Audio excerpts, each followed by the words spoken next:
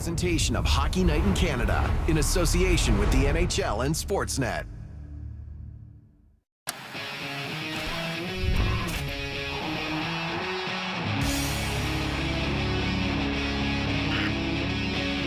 Hey, I'm Gavin Rossdale from Bush. It's time to rev it up coast to coast on Hockey Night in Canada.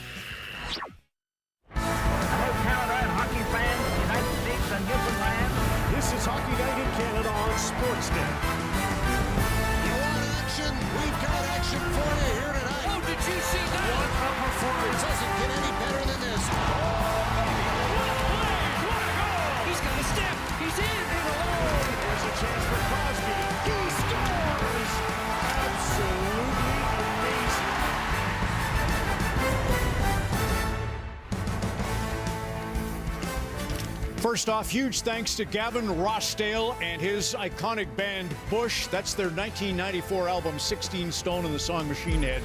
It's actually the Columbus Blue Jackets have used it for years ahead of their games, and Columbus is an amazing story this year. You saw Vancouver, Toronto. Dallas is into Montreal this evening. We've got 4 great early games here at 7 o'clock Eastern. Colorado and the Winnipeg Jets. Everyone at the back said, let's attack. It's kind of ballroom blitz sweep, but that's what you get with Cale Makar, and Josh Morrissey will be in the bullseye of the nation for that clash. And we're also in the Windy City tonight. Connor McDavid. Connor Bedard is always headlines. Connor had his sweater retired in Erie last night, so it ought to be good. That's Jack Michaels. I can't take credit for that. Jack Michaels said that Thursday. Gene Principe, even Gene knows that. Hockey Night in Canada presented by Rogers. And later tonight, the Calgary Flames and the Los Angeles Kings as well. So it's a jam-packed night. So Vancouver, Rick, they have been into Toronto since 2012-13. They've come to Toronto 15 times, and they've lost 14 of those games. Like, could one man have left the organization in 2013 and suddenly they can't win in Toronto? Who could that one man be? Alain Vigneault. Yeah, that's right. And you went to Tampa, and it's never been the same. So Kevin Bieksa, he would know the answer to that, but he's off tonight. He's on his way to Canmore to practice rifle shooting. Okay, let's begin with Kyle Bukauskas at Scotiabank Arena. Kyle. So post on Instagram so we can... Yeah, Ron, every now and then the powers that be like to test you a bit, and that might be what the Canucks are going through right now. An ice storm in Carolina last night kept them from flying here until today. This was the scene in their dressing room until early this afternoon, empty. Rick Tocchet joked that even the police escort in from the airport was a bit slow, but it didn't stop Tocchet from catching up with his good friend Craig Berube before the game. Still 2 of the toughest. So -1 temperatures did the Canucks in last night. -6 there the night before that for Matthews and Marner. Above freezing is the hope here tonight. Sean McKenzie to you in Montreal. Thank you, Kyle. And anyone who has followed the Habs closely this year has probably heard the phrase "in the mix." It became popular when Jeff Molson spoke to the media at the Habs golf tournament before the season. And I think there's every reason to believe that we would be in the mix and competing for a playoff spot. Yeah, in the mix became a bit of a catchphrase for the Habs, and not always in a positive way. In fact, it was used in headlines to point out just how out of the mix the Habs were at times. They were at the bottom of the standings, but it's amazing what a month can do. They're one of the hottest teams in the NHL and very much back in the mix. Good news, too, is Patrick Laine returns to the lineup for Montreal tonight. Let's send it to Sean Reynolds. Sean, Connor Hellebuyck coming off his 300th career win and in the middle of another Vezina winning campaign, maybe Hart Trophy winning campaign. If he wants that trophy, he needs to take it off the guy who has it right now. That would be Nathan MacKinnon, who is leading the NHL in scoring in the middle of an MVP campaign of his own. Head-to-head matters. So far this season, MacKinnon scoreless against Connor Hellebuyck, but in his career, 13 goals against him. He scored more against Connor Hellebuyck than any other goaltender in his career. Let's send it to Gene Principe in Chicago. Sean, a late night for both Connors on Friday night. For Connor McDavid, he didn't arrive in the Windy City till around 11 p.m. As mentioned by Ron, he was busy last night in Erie because they were retiring his number 97, an incredible experience for all the McDavids. Very touching for Connor. Meanwhile, Connor Bedard didn't land in Chicago till just after midnight, but when he did arrive, he stretched his point streak now to the longest active streak in the NHL at 9 games. 99 points for 98 as he gets set to take on 97. Kind of eerie, Ron. Well done, Gene. Your top jack. So Louis DeBrusk also in hand with those three gents in Chicago. Bush, we'll send it to break with Bush into Canada for a coast-to-coast tour starting in April. The face-off on Hockey Night next.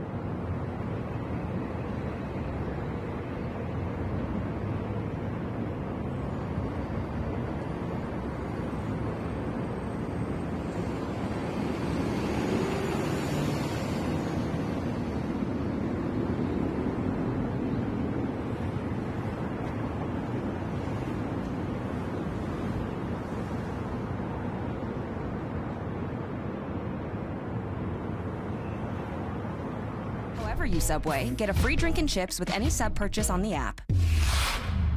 It's heating up in the Windy City. Flames. Bill Dangle.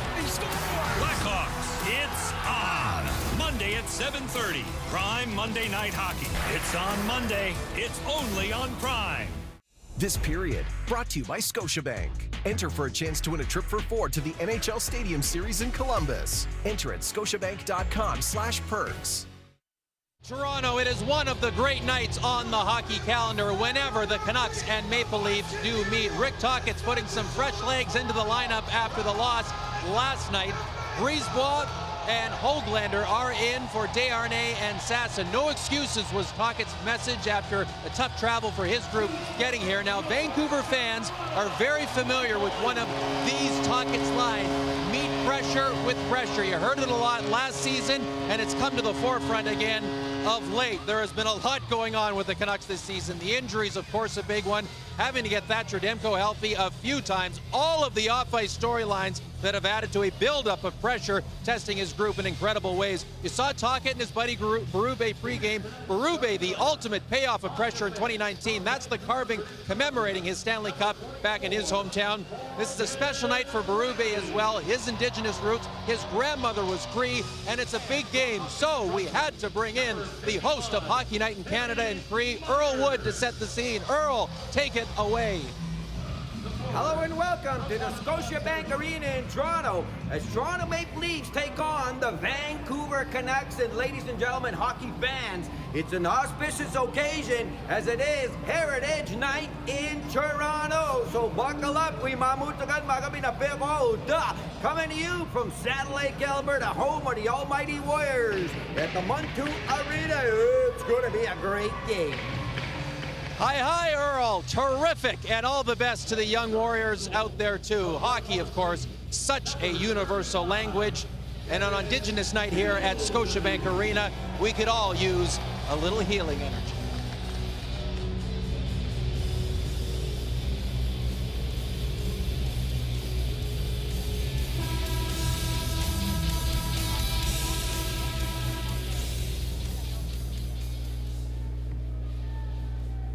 In recognition of Indigenous Celebration Night, we ask that you all rise if you're able to, remove your hats, and welcome Chief Claire Salt of the Mississaugas of the Credit First Nation for tonight's Indigenous welcoming. Ani, bonjour, Magisikwe Indigenous, Mississaugas of the Credit First Nation, Dunjuba, Magisi Dodam, Mississauga and Diao. Good evening, I'm the Ogamakwe, Chief of the Mississaugas of the Credit First Nation. We are here to honor our commitment to reconciliation with all of Canada and to share and elevate our culture with you tonight. The Mississaugas of the Credit First Nation are the descendants of the River Credit Mississaugas and Ojibwe Nation. Our ancestors occupied, controlled, and exercised stewardship over approximately 3.9 million acres of lands, waters, and resources here in southern Ontario. We are the treaty holders of this area, and tonight you are located on Treaty 13, signed by my ancestors and the British Crown in 1805.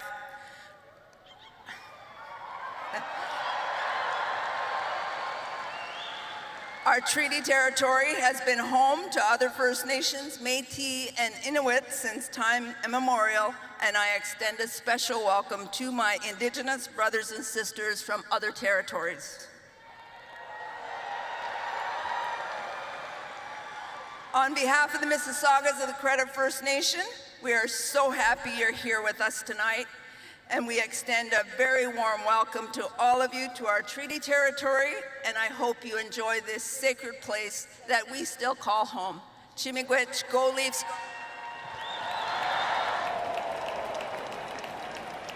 Thank you, Chief Claire Salt.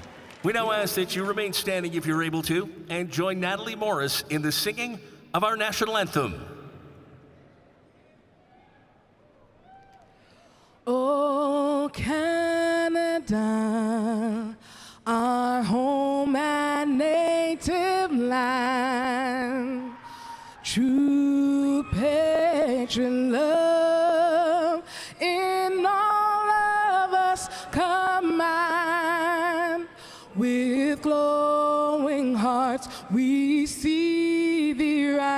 the true north, strong and free. From far and wide, oh Canada, we stand on guard for thee.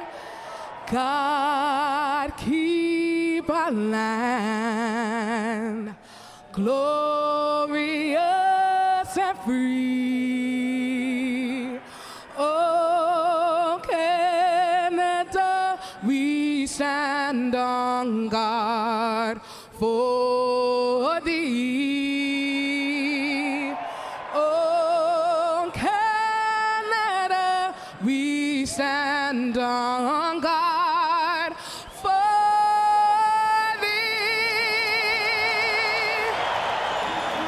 It's a one anthem, all Canadian East meets West showdown at Scotiabank Arena in Toronto tonight.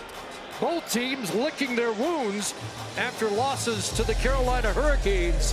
It's the Canucks and the Maple Leafs on Hockey Night in Canada. They're the starting goaltenders, Kevin Lankinen for Vancouver, 11-2-3 on the road, looking for his first career win against Toronto. And at the other end, perhaps a surprise, it's going to be Dennis Hildeby, making his 5th career start. He's 2-0 on home ice. Mitch Marner, 4th in league scoring. He's 2 points from 700, tied for second with 12 multi-assist games. That's the same number as Quinn Hughes for the Vancouver Canucks, who played a game-high 28-57 last night in Raleigh, 3rd in D scoring. And Craig, they arrived at 12:30. Is that a factor for Vancouver or not? I think the attitude that Rick Tocchet had set off the top, you just got to put it behind you, just go out and play, and good things can happen. A lot of times it just takes your mind away from all the troubles and just get out and play some hockey. Interesting, the Leafs start their 4th line, the Canucks with their 3rd line out of the gate. Well, I think here, you look at both these teams coming out of Carolina, not too happy with how things went. The Leafs with an early 2-0 lead. It's the first time all season long that they've blown a multi-goal lead. That's something that they've really protected well. And the Canucks, all their travails to get here, it's a difficult time, but I think the players just focus on happy to be back on the ice and get going. Early whistle, and out comes Austin Matthews with Marner and Matthew Nyes. And 34-16, we're -6 in Carolina. That's the worst in their career. So we'll see how they bounce back tonight, but it's kicked back to the line for Tyler Myers. He'll score! Myers, 31 seconds in with the shot. May have been tipped in front. I think it hit Brock Besser right in the leg. You can see him lifting his leg. He's going to be the first one going to the bench. And exactly what Rick Tocchet said, you just never know how these kind of travel days will play themselves out. And here they are, 31 seconds in, and a pretty simple looking play. Go to the net, good things happen. The play behind the net, Pettersson makes a nice job of getting it to the point, and they're right off the right leg of Brock Besser, as he's not really even looking at it. He's battling in front with Morgan Rielly, and the first shot goes under the arm of Dennis Hildeby to give the Vancouver Canucks the early lead. So Besser has his 15th of the year, his first in 6. Cooled off after a hot stretch over the Christmas holidays. Icebreaker for the Vancouver Canucks, and an even strength goal, which has been hard to come by. There's another tip into Hildeby, and this time he's able to smother that. Oh boy, talk about a start there for Hildeby. That was another difficult one with Myers once again. Here's the shot, the deflection off the leg of Besser for the goal, and then a similar play, just a simple shot through, and you can see with the traffic in front, you had Miller battling with Tavares, and a late reaction of Hildeby there to be able to get that one off his pad and hold on. Miller gets chased out. He's playing with Connor Garland, and Nils Höglander back in the lineup after a healthy scratch in Carolina. John Tavares on this face-off for the Leafs. In the Toronto zone, able to control it. Max Pacioretty back in the lineup. William Nylander scoops it inside the line. Carson Soucy off the boards, and the Canucks are out. Onto this right side, here's Höglander dashing in. Snaps that shot into the leather of Hildeby. One of the big surprises for me anyways, Chris, was the fact that Joseph Woll isn't your goalie tonight for the Maple Leafs. Hildeby came off a good game in Philadelphia, and got the job done there. But, you know, it's the first time in Carolina that maybe since Joseph Woll's first game of the year that you had a couple of goals that you went, oh, I'm surprised that went in. For me, if he's going to be your #1 guy, you give him the chance to get the net back. A Saturday night against the Vancouver Canucks, I'm quite surprised that he's not the goalie of record tonight. So it is Hildeby, and the puck in the corner. Max Domi trying to dig it out of there. Timmins in support. It comes to the near side. And the Leafs will play the hit. Bobby Mann moving it to Max Domi. He'll dump it down into the Vancouver zone. There's Guillaume Brisebois back in the Canuck lineup. Bill DiGiuseppe on the ice. And it's Brisebois and Juleson, the third pair for Vancouver. Scooped in by Lecker-Mackey, and the Canucks make a change. 31 seconds in. Besser from Myers, and Elias Pettersson gets an assist. Here's Camp for Connor Dewar. Dewar will have that deflect off a stick and out of play. You know, tip-ins count the same when they hit your leg as they do with your stick. And you look since last year's numbers, Brock Besser right up there with the best of them. Kreider is such a good tipper on the power play, but Besser gets to that area. And you mentioned a bit of a fast start, but here's one that'll give you some confidence. Not really even getting your stick on it, but your body gives you a 1-0 lead. David Camp won the draw, but skated on to by Danton Heinen. Here's Heinen inside the lead line. Out there with Kiefer Sherwood, and the center on the Canuck line is Hugh Suter working in the corner. There's Dewar trying to get it back for the Leafs. Sherwood along the boards, the league's leading hitter. That pass intercepted by Camp. Here comes Steven Lorentz, chipping it past Hughes. Nice move in front, and Camp is upended. First penalty will go against Vancouver. Boy, this is one I thought Camp reached forward hard and kind of fell on his own, but he ends up drawing the penalty. A little bit of a delayed reaction from the official as well. You know, this fourth line often for Craig Berube, get out there and try to get something positive happening, and it's Suter behind who gets the stick in, and I think the reach there at the last second for Camp. Vancouver penalty number 24. 2-minute minor. So the first goal goes the way of the Vancouver Canucks. First power play opportunity to try to tie this up goes to the Maple Leafs. And the Leaf for their last 15 over a 6-game period. Did give up a shorthanded goal in Carolina. So it's 4 forwards and defenseman Morgan Riley. Matthews with a slot shot right on. Stopped by Lankinen. Trying to center it to Marner. It'll come to Nylander, who bumped his slump against the Hurricanes. Marner from the corner. It's a better look up top and defers to Nylander. Seam pass and jumps the stick of Riley. Check there along the boards, and it gets past Marner and down. A little bit of an adjustment there on this power play look, having Matthews coming over to that left side in that slot area. Still have Tavares down at the net, but just trying to give the Vancouver Canucks, who wouldn't have had much pre-scout time today on their travels, a different look. What pass in front was behind Matthews, who was left alone, and the Canucks are able to clear it. Vancouver 13th on the penalty kill. That's one of the few areas that they are better in than at this point last year. The Canucks start the second half of their regular season here tonight. Matthews is in. Back it goes to Marner. Watched there by Sherwood. Nylander back to Marner. Back to Nylander with Tavares on the doorstep.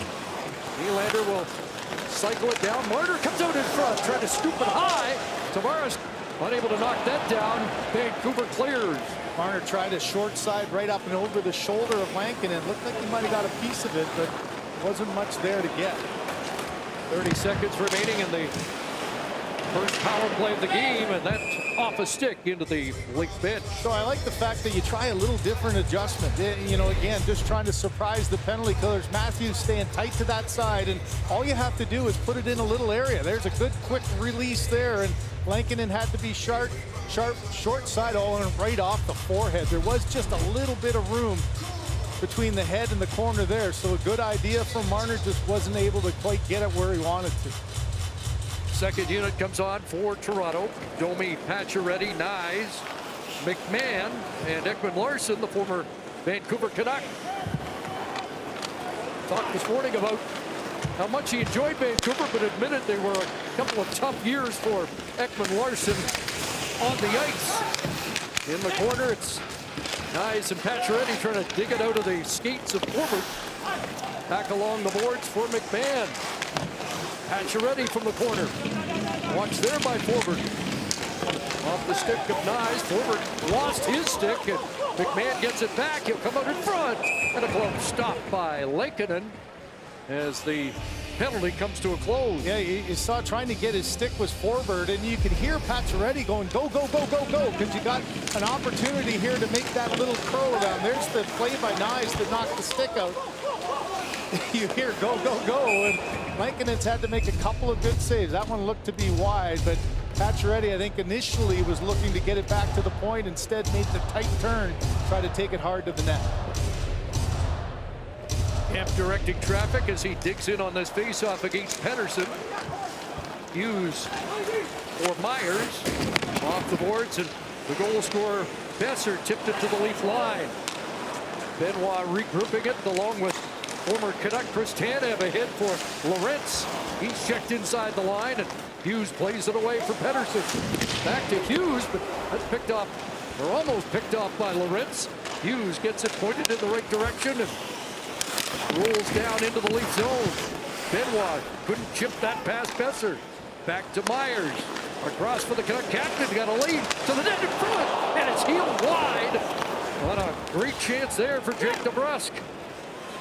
And off the glove of Lorentz, able to knock that out. That was a good play by DeBrusk. He had a real good battle going with Tanev to try to get position in front, but as soon as he saw the lane drive, he kicked off, just heeled it, wasn't able to get all of it. Miller sends it in, just missed Garland with that pass. Connor Timmins up ahead for Pacioretty. Miller quickly on him. Pacioretty back in the lineup. Taking or getting the healthy scratch in Carolina. Timmins ahead, and Pacioretty will deflect it deep. Striding back in Brisebois. Up around the boards, and Garland a 3-on-2. Nylander trying to get back, and Garland shot right on the rebound. Miller crashing the net. It's still loose. And dug out of there by Nylander. And played away by the Maple Leafs. Yeah, it was a shot by Garland, just trying to create a rebound as he had Miller going right through the middle. Noah Juleson up for Lekkerimäki. Trying to regather in center ice. And now pass onto the right side into the skates of Teddy Blueger. Morgan Riley up ahead for Matthew Knies, who has 5 goals in his last 4 and a 5-game point streak. There's Matthews. It skips over his stick. So you're -6. You're anxious to make amends. 32 seconds in. Matthews and Marner a minus again as the Myers shot off Forbort, and Lankinen covers. So a goal in 32 seconds, the fastest scored against the Leafs this year, and Connor Garland with a shot that creates another Canuck chance.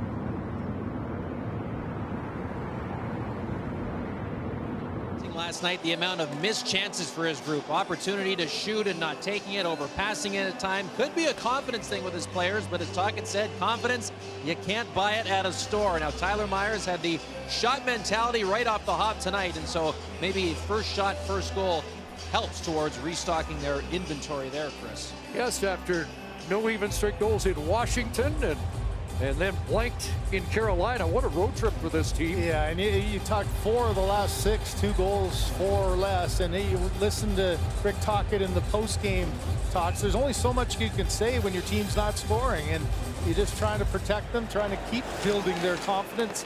And that is such a fragile thing and such an important part of being a good team on the road. Here's DeBrusk back in, trying to drop for Hughes. Broken up. Nylander ahead for Pacioretty in flight. Here's Pacioretty putting on the brakes. Couldn't get it back to Nylander. Broken up by Hughes. And played off the boards and ahead for DeBrusk. Back inside the line, taken out, but following up is Pettersson in front, and he just missed. Far post there. Pettersson was not credited with a shot on goal last night. He had one shift where it looked like he not only had 2 shots, but 2 good scoring chances, but not credited among the 14 that were for Vancouver against Carolina last night. Knocked down by Heinen. Puck along the boards, and Domi gets it to Tanev. Nick Robertson will scoop it down from his own side of center, but no icing on the play. Domi after it, trying to center that. Bobby McMahon up top, unable to get that to the net. Knocked down, and here's Sherwood rolling that in, and Hildeby will sweep it away. Tanev, the shot block leader. Max Domi through center. Neatly to the attack is Domi over the line. The pass for McMahon doesn't work, but Benoit follows up. There's Benoit handing it off to Domi, a centering pass, and getting a stick on that was Carson Soucy, and back into the lead zone. Robertson hands it off as he goes to the bench. Here's Benoit, kicking it back to Connor Timmins. Matthews comes back with Marner and Nyes. Puck in front of the Vancouver bench. Hoglander able to work that to Garland. Connor Garland cutting to the inside, dropping it off, and that shot off a body and out. Who knows local rivalries better than Canada's homegrown sportsbook? Sports Interaction, Canada's homegrown sportsbook. Well, for Elias Pettersson, nothing better than having an assist in your first shift, give you a little confidence. He makes a good decision here. Takes a quick look, has nobody, a little stutter step there, gets Riley flat-footed and just jumped to that slot area, just missed it on the far side. 20 minutes, 27 seconds of action for Pettersson in his first game since December the 23rd. Here's Hughes at the line. That shot knocked away in front of the net to the sideboards. Nyes took a hit, and back on it is Garland. Swings it on goal in front, and that got past Miller, who knocked down a leaf in front as the puck got by him. Yeah, Tanev looked back. He wanted a cross-check call as Miller cross-checked him out of the way, but the puck was right there for a tap-in for Miller, too, if he had his stick on the ice. Marner had a steal, but his drop pass picked off, and back the other way come the Canucks. DeBrusk plays it in behind the net. There's Ekman Larson. And he'll flip it down the ice. It's going to be an icing call against Toronto.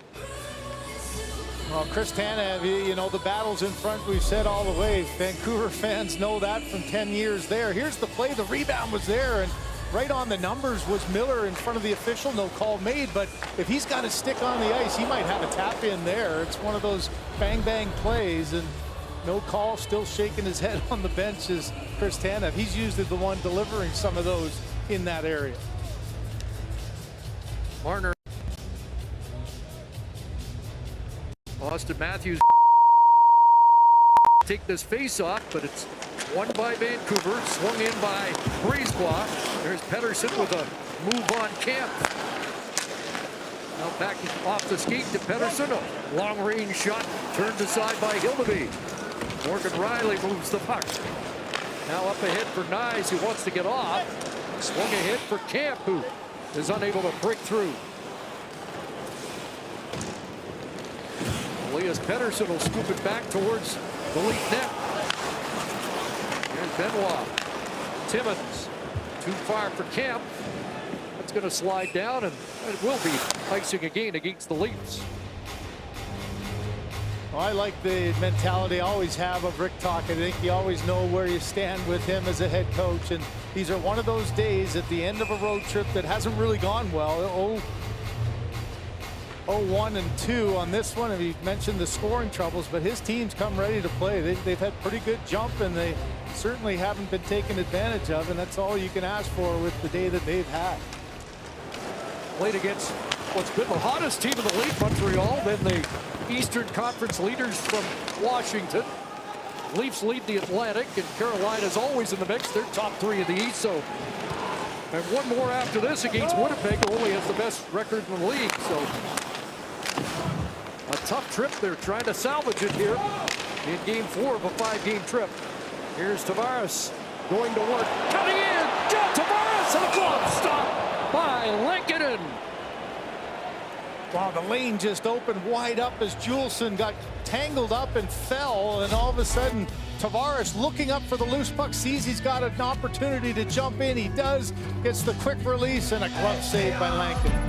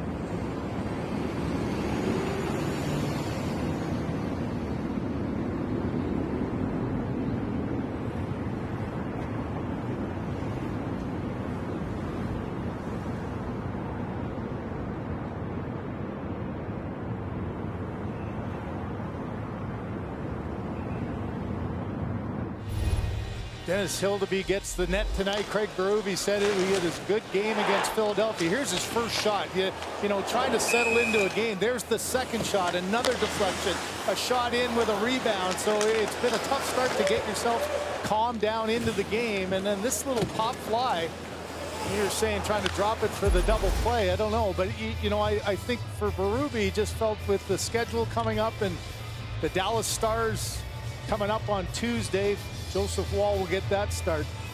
But for Hildeby, that last 30-save performance against the Flyers here last Sunday, one of the reasons why he's in today.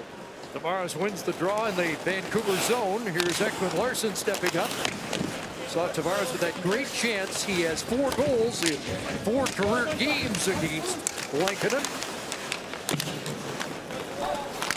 Myers unable to clear that. Kept in by Ekman Larsson. Brought down by Nylander. Knocked down by Hughes, but out of the corner comes Pacioretty. Back to Tanev. Looks for a shooting lane, but couldn't get it past Heinen. Nylander will cycle it down for Pacioretty. He'll try and duck the check of Hughes.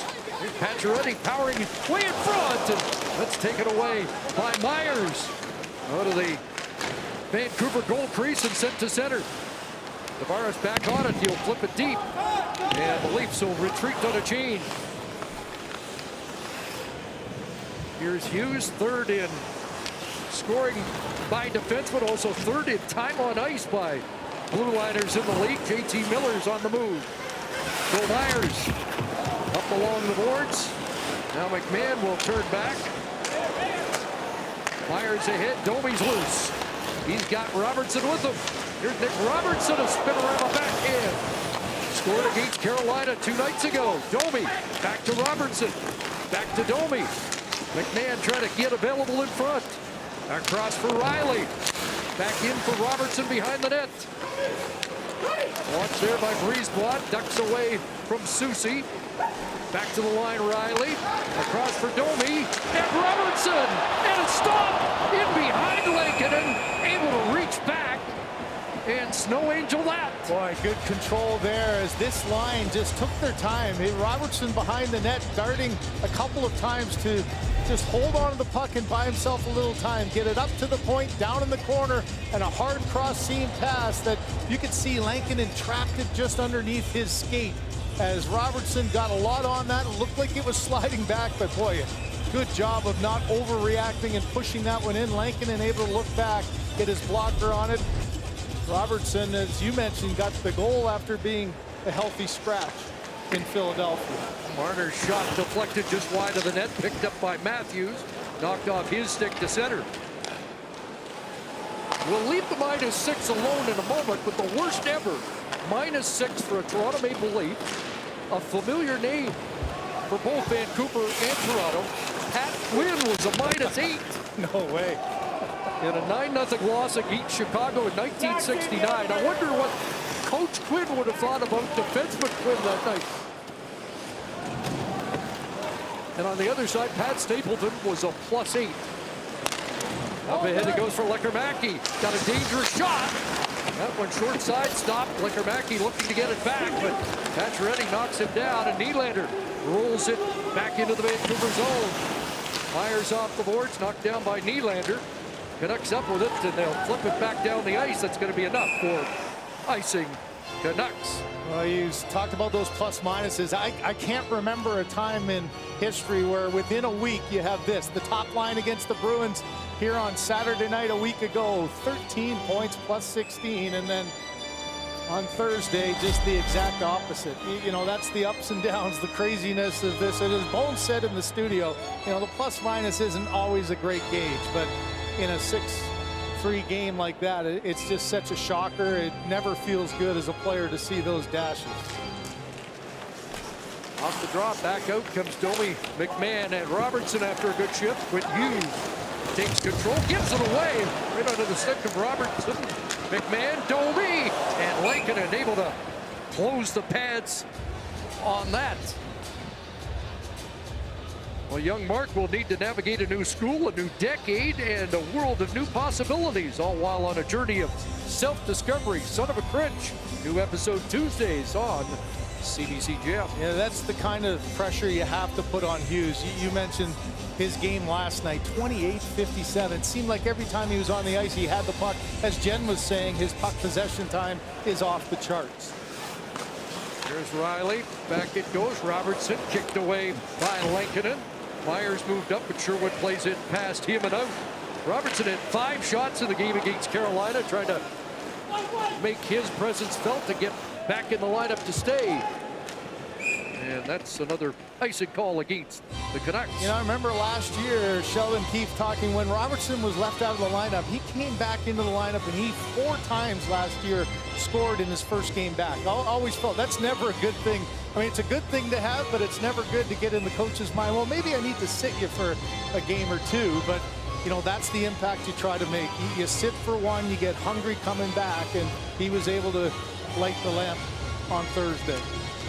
Funny that the team that arrived at 12:30 got off to a great start. Leafs are starting to tilt the ice the other way now. And a close call there as Ekman Larsson moves in. Here's Tavares in front, and that's off a Canuck stick away from Pacioretty as Suter broke it up. That was a great play. Lankinen read that one extremely well, too. That's a good play out of the corner that could have created a good scoring chance. Vancouver changing a quick lead feed for Pacioretty. Brisebois takes a shoulder check. Tavares in on him, trying to take it away. Nylander after it as well. Moved off the ledge down for Hoglander, and up ahead for Garland. JT Miller on the move. Had a 4-point game in Montreal on Monday to start the trip. Tanev turns back against Garland. And now Benoit. Scooped in by Pacioretty. Connor Dewar goes after it. Henderson That pass bounces towards DeBrusk, taken away by Camp. David Camp back to the line. Here's Timmins incoming. That deflects wide. Elias Pettersson up the boards. And starting out here is Garland. Hit at center as he gets it deep and gets off the ice on a Gene. Here's Timmins. David Camp winds it up. Here's Camp through center. Dewar was the intended target of the pass, but he was going off on a change, and offside is the call. Shots are even. Canucks with a early lead in this one.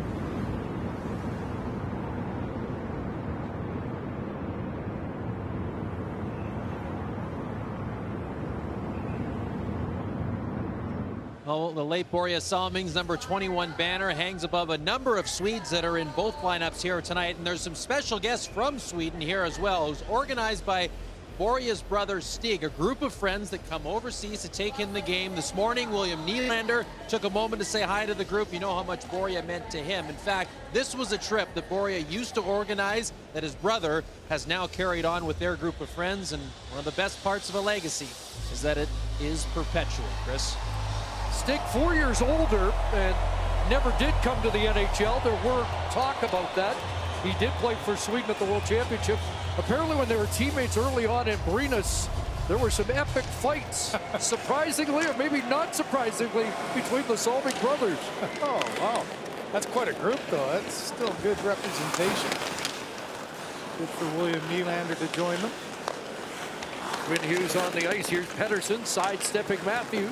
Tanev comes over to help out defensively. Matthews feeds it ahead. Marner's out with Knies breaking. And Tyler Myers got to the puck first. Coming back to claim it is DeBrusk. 12 road goals for Jake DeBrusk on the season.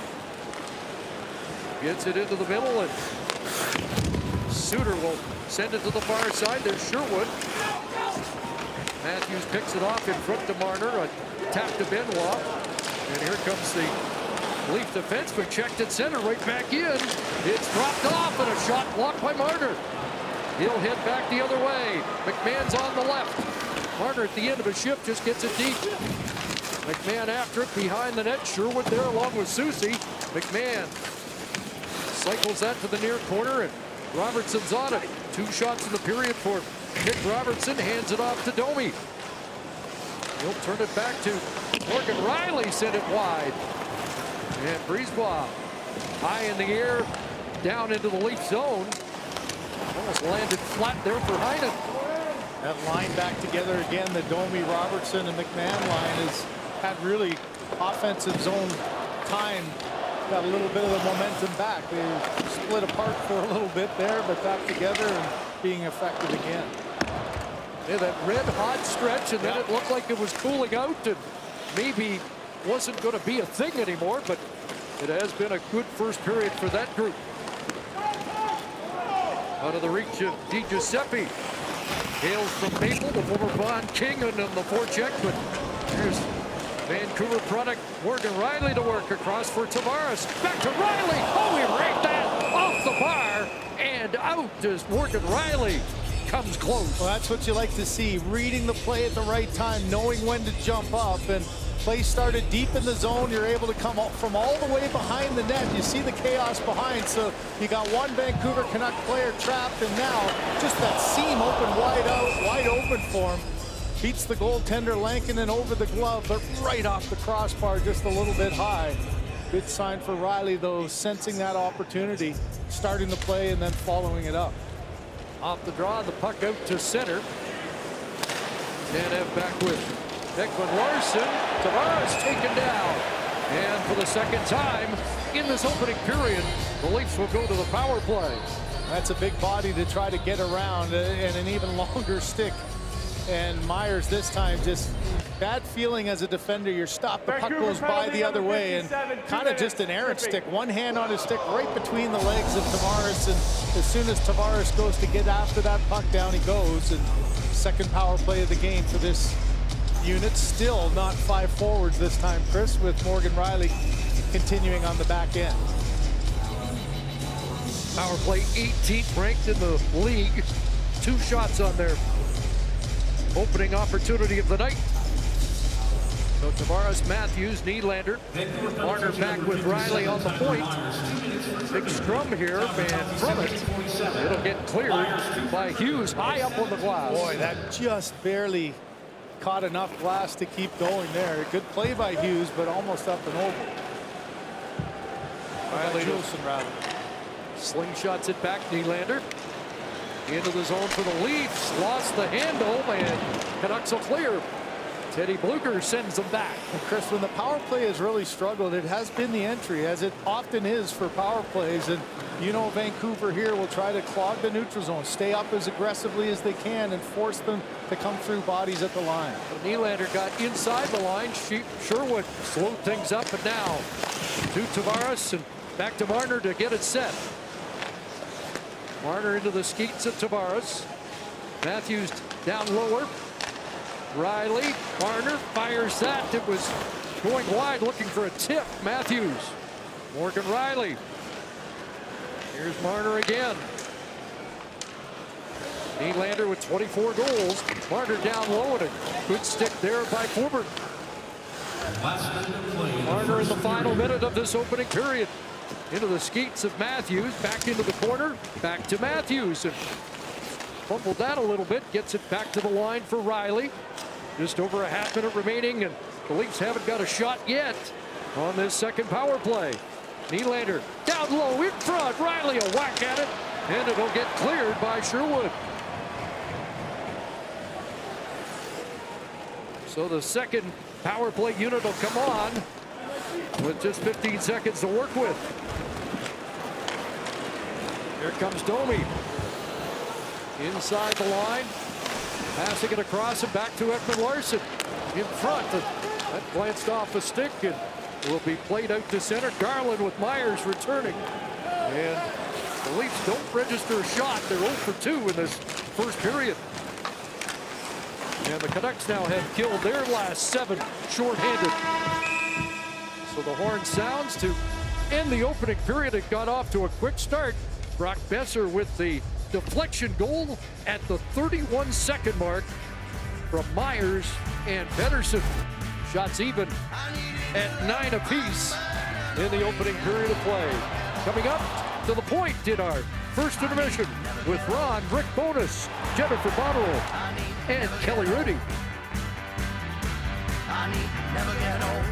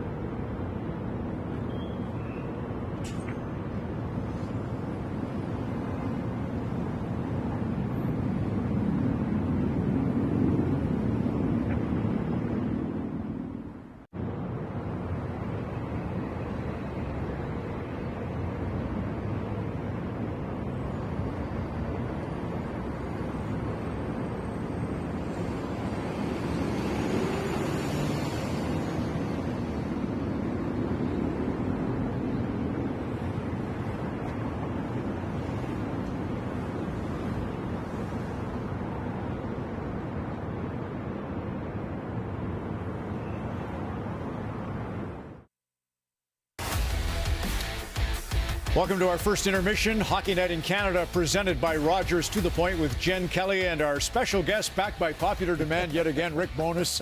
And we're keeping an eye on 4 games, so it's a little bit complicated. Rick, you're assigned the Vancouver-Toronto's a big matchup, obviously. And Brian, is it over in the first period? It's just ending. So good. So the big concern was the travel for Vancouver was brutal. They didn't get to go out last night. They had to come in on game day. And you said Rick Tocchet will be upset, but the guy that's going to be most upset is Berube because he knows they'll let their foot off. Yeah, well, listen, both coaches had their challenges tonight, getting their teams ready to go. Tox did a great job of eliminating excuses, and you could tell right off the get-go how they wanted to play. They want to go north. They're going to get the puck in deep. They're going to jam the net. They're going to get their D's involved and just keep throwing pucks at the net because they didn't score last night. Chiefs' biggest challenge was human nature.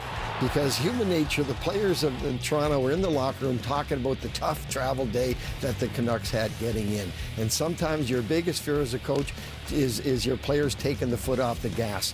Now, as the period went along, and Craig may have brought this up, they got a lot better. But that first 10 minutes is all Vancouver because they're just going north, keeping the game simple, which was what Tox wanted. And I'm sure Chiefs on the bench saying, hey, guys, this is what we talked about. We got to get our feet going. We got to get our game going. And Toronto did a much better job of that in the second half. And Rick, the -6s for Marner and Matthews the other night, they get scored on to start this game. So that's psychologically a weird one. And then on the power play, they'd been using 5 forwards to get away from that. They go to Morgan Riley on the power play. So he's trying everything. He's trying everything. And they had a close-up of Marner on the bench, and you could have seen in his eyes how focused he was right away. But to go out there in the first shift and get scored on. But there's it like, okay, you throw it to the point, it hits somebody goes in. There's not a lot you can do about some of those things. That's hockey. That's just hockey. That stuff happens out there, right? And you got to live with it. Human nature. You said it. So man. Edmonton, they're a much better team than Chicago, but you wouldn't have noticed it in the first period because they're sluggish. Like Jack and Louis said, here are the 2 goals that Chicago scored. There's a turnover. Hate to say it, Ron, but that was Kulak. And then Dickinson, by the way, he has had a heck of a first period. He was instrumental in this. Now he's going to get the puck and put it right in front, Teravainen. So that's a 1-0 lead just 5 minutes into it, and then they work really well down low. Martinez does a nice job right there, keeping the puck alive to Teravainen. Lucky break, I think, goes right to Foligno, but it's 2-0 for Chicago, so Edmonton's going to have that comeback that they tried versus Pittsburgh. Oh, excuse me, in the same suite. So McDavid's parents, Bedard's parents, they're in the same suite. That's kind of a nice thing. I don't know if we're going to see that a lot, but I really like that. I like that too. Right? Good sportsman. People, that's great. So in Winnipeg, their start was a little bit better. You think about the importance for them on a back-to-back, but also getting the crowd into it. And Winnipeg actually leads the NHL. They have 7 goals within the first 2 minutes of games this season. And so you look at, Rick, you talked about them controlling the middle of the ice, more on the defensive side. When they're forechecking, they don't have the puck. What I liked is their speed and attention to detail in the middle of the ice on the offense. Ehlers with a nice shot, deception down the middle of the ice. And this is the middle drive. I mean, Perfetti doesn't score on this one. That's a beautiful quality scoring chance that he gets. This one, possession time in the zone, but it's Connor that evades the pressure and just at the top of the crease ends up getting this chance. So for a team to get a nice quick goal, but then to make sure against a very strong team in Colorado to make sure you're getting good chances on the inside of the ice. As for Montreal-Dallas, it's 0-0. Sam Montembeault was fantastic. Wes McCauley's best work was when he removed some snow from the ice and put it through the camera cutout. But here's the guy. Lane Hudson was great. He made the block in overtime last night. And as you know, he's what we're going to talk about, and that is this emergence of a 4-forward line where one of them is a defenseman. As he comes back on that rush, denies Dallas an opportunity. Then again, here's that great work at the blue line and a look for a deflection. This is another great example of him defensively, Lane Hudson, and we're going to see 2 examples of him identifying quickly what he wants to do instead of holding on, quick pass, and here he buys time. This is very Patrick Kane. Everybody's starting to fall all over the place, and it opens that window for a great opportunity for Alex Newhook. So these defensemen, we're seeing them in every game tonight. Jen, why don't you go first because you're watching Morrissey McCarthy. Well, I think for any player, you want to play with guys like this where they're going to find you on the ice. And in my game, if you're watching even Morrissey, he starts the game he's the first one that gets 2 shots in the first 10 seconds of the game, joining the play. If you're watching Makar, the guys we're talking about in the game, how he controls the blue line, whether he's on the power play, whether it's even strength, just his movement across the blue line. For any player, learning to play the position, it's now such a complete game where it's not just defending the play. It's how are you being offensive? How are you controlling the blue line? Little details that these players, the game tonight, we're talking, those are just a couple of them in the game. You're talking about Heiskanen that's playing. I mean, every single game, D, that are so dynamic in terms of being able to join the rush in every situation. You have to. In today's NHL, you have to have a four-man rush. You have to have that one or two defensemen that have great skating ability and great hockey IQ that can join the rush and make the right play. Josh Morrissey, listen, I love that guy, right? He's one of my favorites, and we challenged him a couple years ago. You should be in that conversation for the Norris, and he's responded. But he's a great skater. He's fearless. He competes very hard. And the key with all those guys you're talking about, it's not just what they're doing offensively. They are playing against the best players in the league, because usually the home team coach, they want to go head-to-head with their best forwards and their best D. They want to go head-to-head with those guys. So they're out there defensively as well and doing a great job. It's been the last 8 or 10 years, in my opinion. The D have never been better in the history of the game. It's for those reasons, how they have to get up on the play. And by the way, Al McNeil, we lost at the age of 89. We'll do a nice little salute because he's a good buddy of yours, a Maritimer, in the next intermission. He played with Harry Neal on defense with the Toronto Marlies before his NHL career and his great coaching career. More on Al as we go along with this thread. Tonight, you're through 4 games, 20 minutes apiece on Hockey Night in Canada.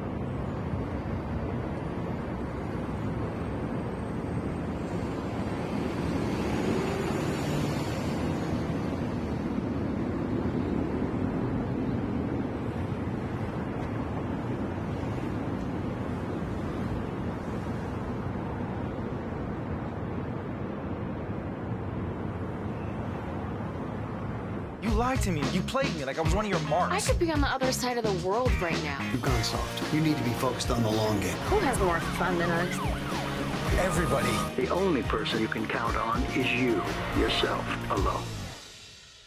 Why is everybody complaining about salt on the steps? It ruins our gummies.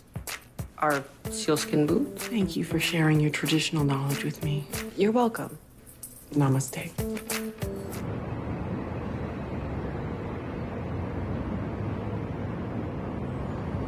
Line Change is presented by Sports Interaction, Canada's homegrown sportsbook and casino. A reminder, our nightcap tonight is the Los Angeles Kings.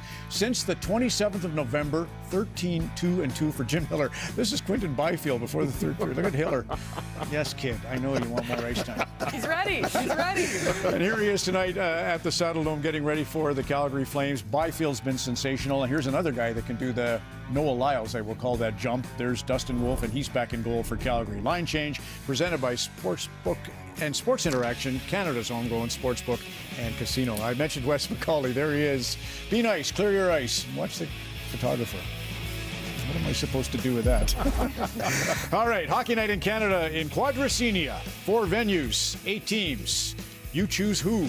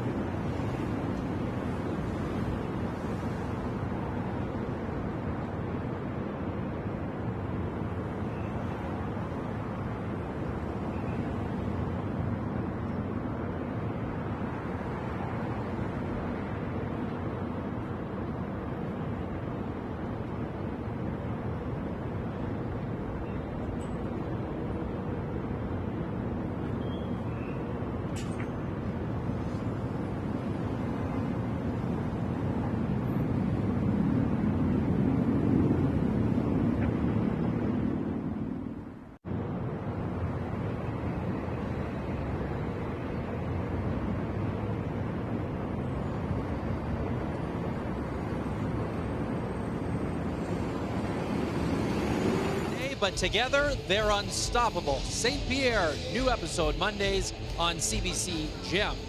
Stats After 20 is brought to you by Rogers, a partner and fan of the NHL. Max Pacioretty was saying this morning that the Leafs' process has slipped a bit of late, even though the wins continued to stack up prior to Thursday. They started to carry the play a little bit as the period went on, but nothing on the power play, and they trail Vancouver by a goal. Quinn Hughes, over 7 minutes of even-strength ice time in that first period. He got a chance to skate with Roman Josi of the Predators last summer. Here's one of the takeaways he had from those conversations. He talks a lot about acceptance, and things happen the way they do, plays happen the way they do, good things, bad things, and accepting everything that comes towards you. And I think that's a good gift that I think I sometimes do a good job at as well. Now Hughes has had to accept a lot of challenges with his group in year 2 as captain, but it's not likely he's willing to accept a 5th straight loss here tonight, Chris. Well, it's the first time in 7 games they have a lead after the first period of play. Why, you think of Quinn Hughes in his Norris Trophy winning season last year, and he just has such a command of the game. And that first period, he didn't carry the puck nearly as much as normal, and I would imagine as this game goes along, you'll see it in his hands more and more. It was marginal, and of course there were a couple of late power plays, but he actually was fourth in Vancouver ice time among their defensemen in the opening period. That'll change. Yeah. Well, even in the Washington game, he was in the box for 4 minutes, and the play went on for over 6.5. So never got out there. At the end of the night, he still ended up with over 27 minutes. So Rick Tocchet finds a way, and Adam Foote to get him on the ice, and rightly so. He's such a calming factor out there, and his demeanor doesn't really change. And I think that's really steadfast, as his role as a captain has been tested with a lot of ups and downs this year, but he's handled it extremely well. Matthews won the draw. Tanev shot, hit a stick, goes wide, and a pop off the inboards provided a chance for Marner at the side of the net. Well, here's an interesting matchup here as we get early on. The Pettersson line against the Matthews. Matthews wins it and then gets it himself. Won it to the forehand.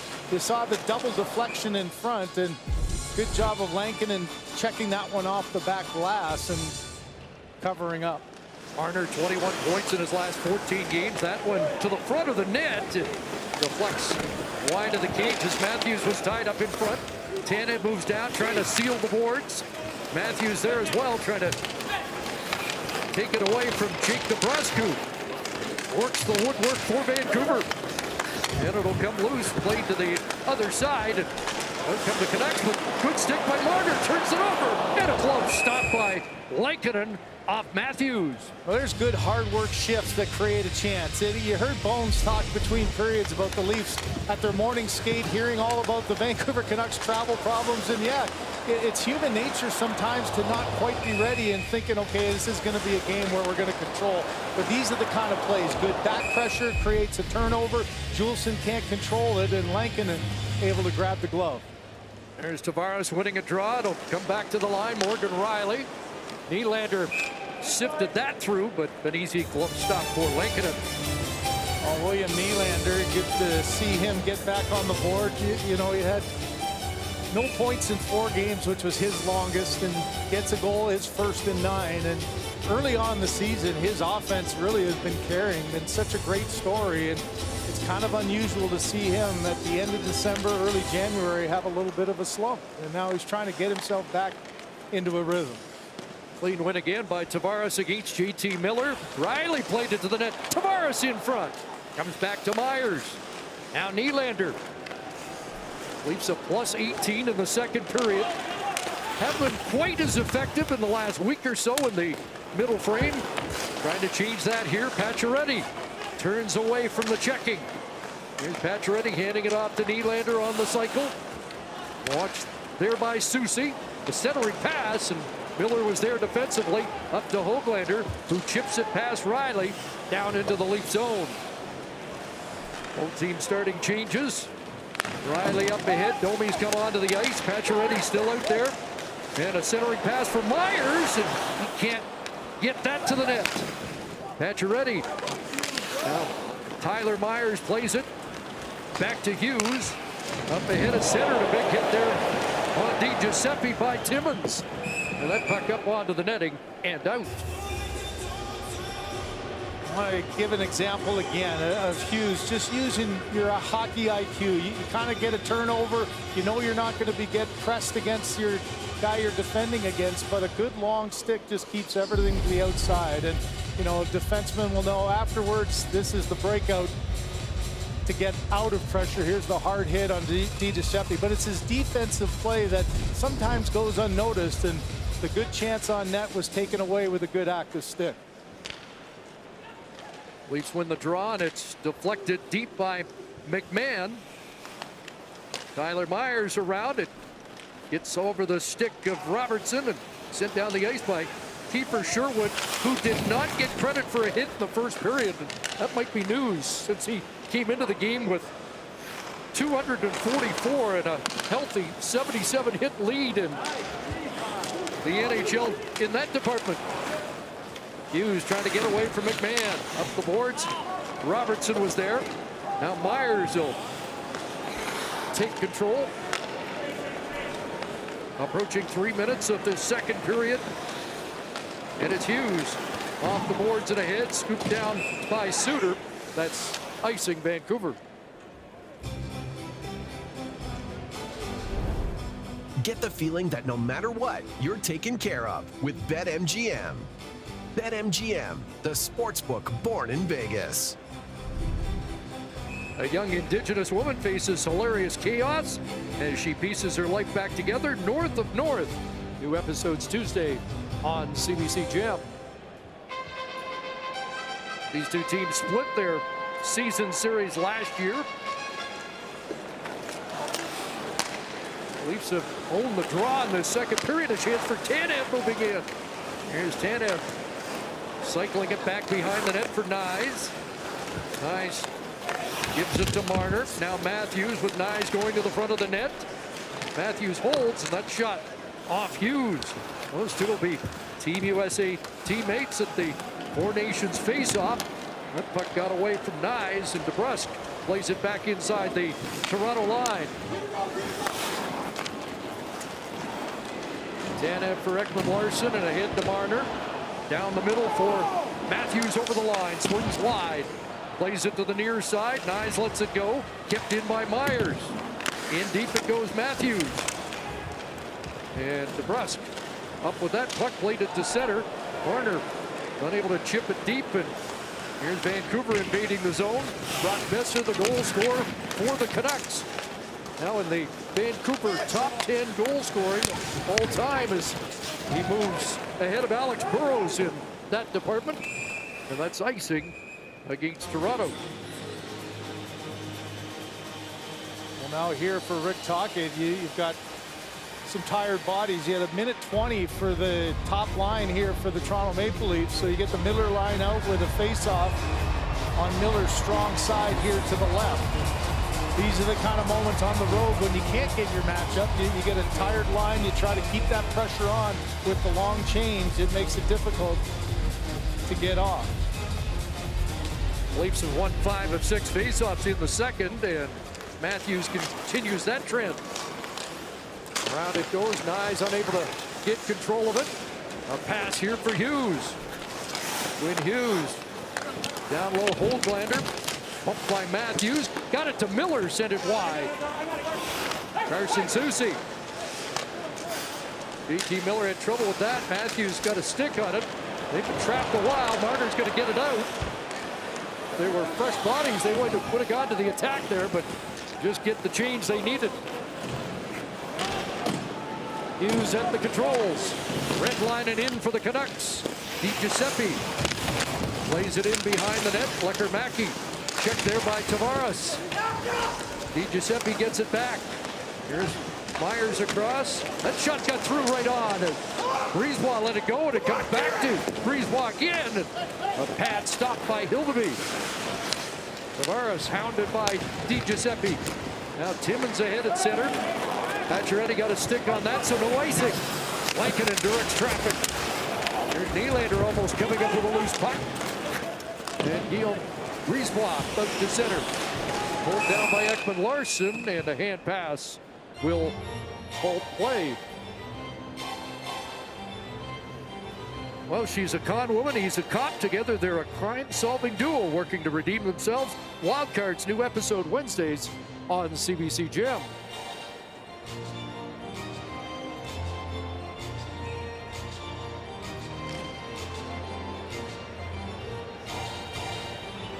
Face off at center ice between the two lines that started this game. The dreaded getting kicked out of the face-off dot at center ice. It just seems crazy, doesn't it? Connor Dewar stepped in, won the draw. Dewar's not challenging keeper Sherwood, but he has 38 hits in the last 7 games. Been a physical presence for Toronto in the last few weeks. There's Heinen trying to get it deep. Sherwood on the ice. Leafs will play it, and it's Lorentz up ahead at center to Dewar. Bumped by Sherwood. This has been a fourth line that Craig Berube has been pretty happy with. And as I mentioned before, use them after goals often to try to get the game going back. And this trio, you know, as a fourth line, your responsibility. Oh, there's a bad hit on Riley as he looked like his shoulder got hurt. And Lorentz had a stick break that nearly gave Sherwood a chance. Now a shot by Suter stopped on the short side. We'll keep our eyes on Morgan Riley as the Leafs send it back into Vancouver territory. What are you seeing over at the bench? Yeah, just bent over a little bit, the head down, and just one of those plays you get pinched off hard against the boards, and looked like he awkwardly went in with that right shoulder. Besser winds it up, a pass for DeBrusk. Not cleanly taken, and Timmins for Benoit. Up ahead for Robertson to let it go, no icing. Lankinen had some trouble with that. Bouncing puck in behind the net. It'll come to Ekman Larsson. He'll move in. Ekman Larsson trying to go high. Short side, missed the target. Tanev. Robertson. Tanev holds the zone. Now McMahon. Soucy there for Vancouver. And Carson Soucy takes it away. Backhand flip out to the Leaf line, and backtracking is Tanev. Here's Tanev quickly as Vancouver was changing. Up ahead, Robertson. Domi driving the lane. It'll be played into the corner for McMahon. And off the stick of Robinson, back down the ice. Boy, there, for a second there, McMahon was the one wide open up the slot. The pass just couldn't get there in time, and then Robertson ended up taking it. Opportunity missed on a bad change, or a long change for the Vancouver Canucks. There's Myers. That pass cut at center by Miller. JT Miller back in, shadowed by Marner, who knocked it off his stick.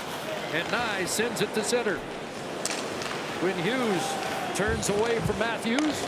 A pass on the right flank, and Höglander speeds in on his off wing. Shifting gears, but Marner stuck with him. And Morgan Riley right back on the ice, so that's a good sign for the Leafs. Philip Myers will bounce it down into the Canucks zone. Nye's got tangled up there, along with Myers, who lost his glove. Benoit drives it wide. Bounces for Marner. Here's Marner, leaving it there for Matthews. And Hughes leaned on him, but went down.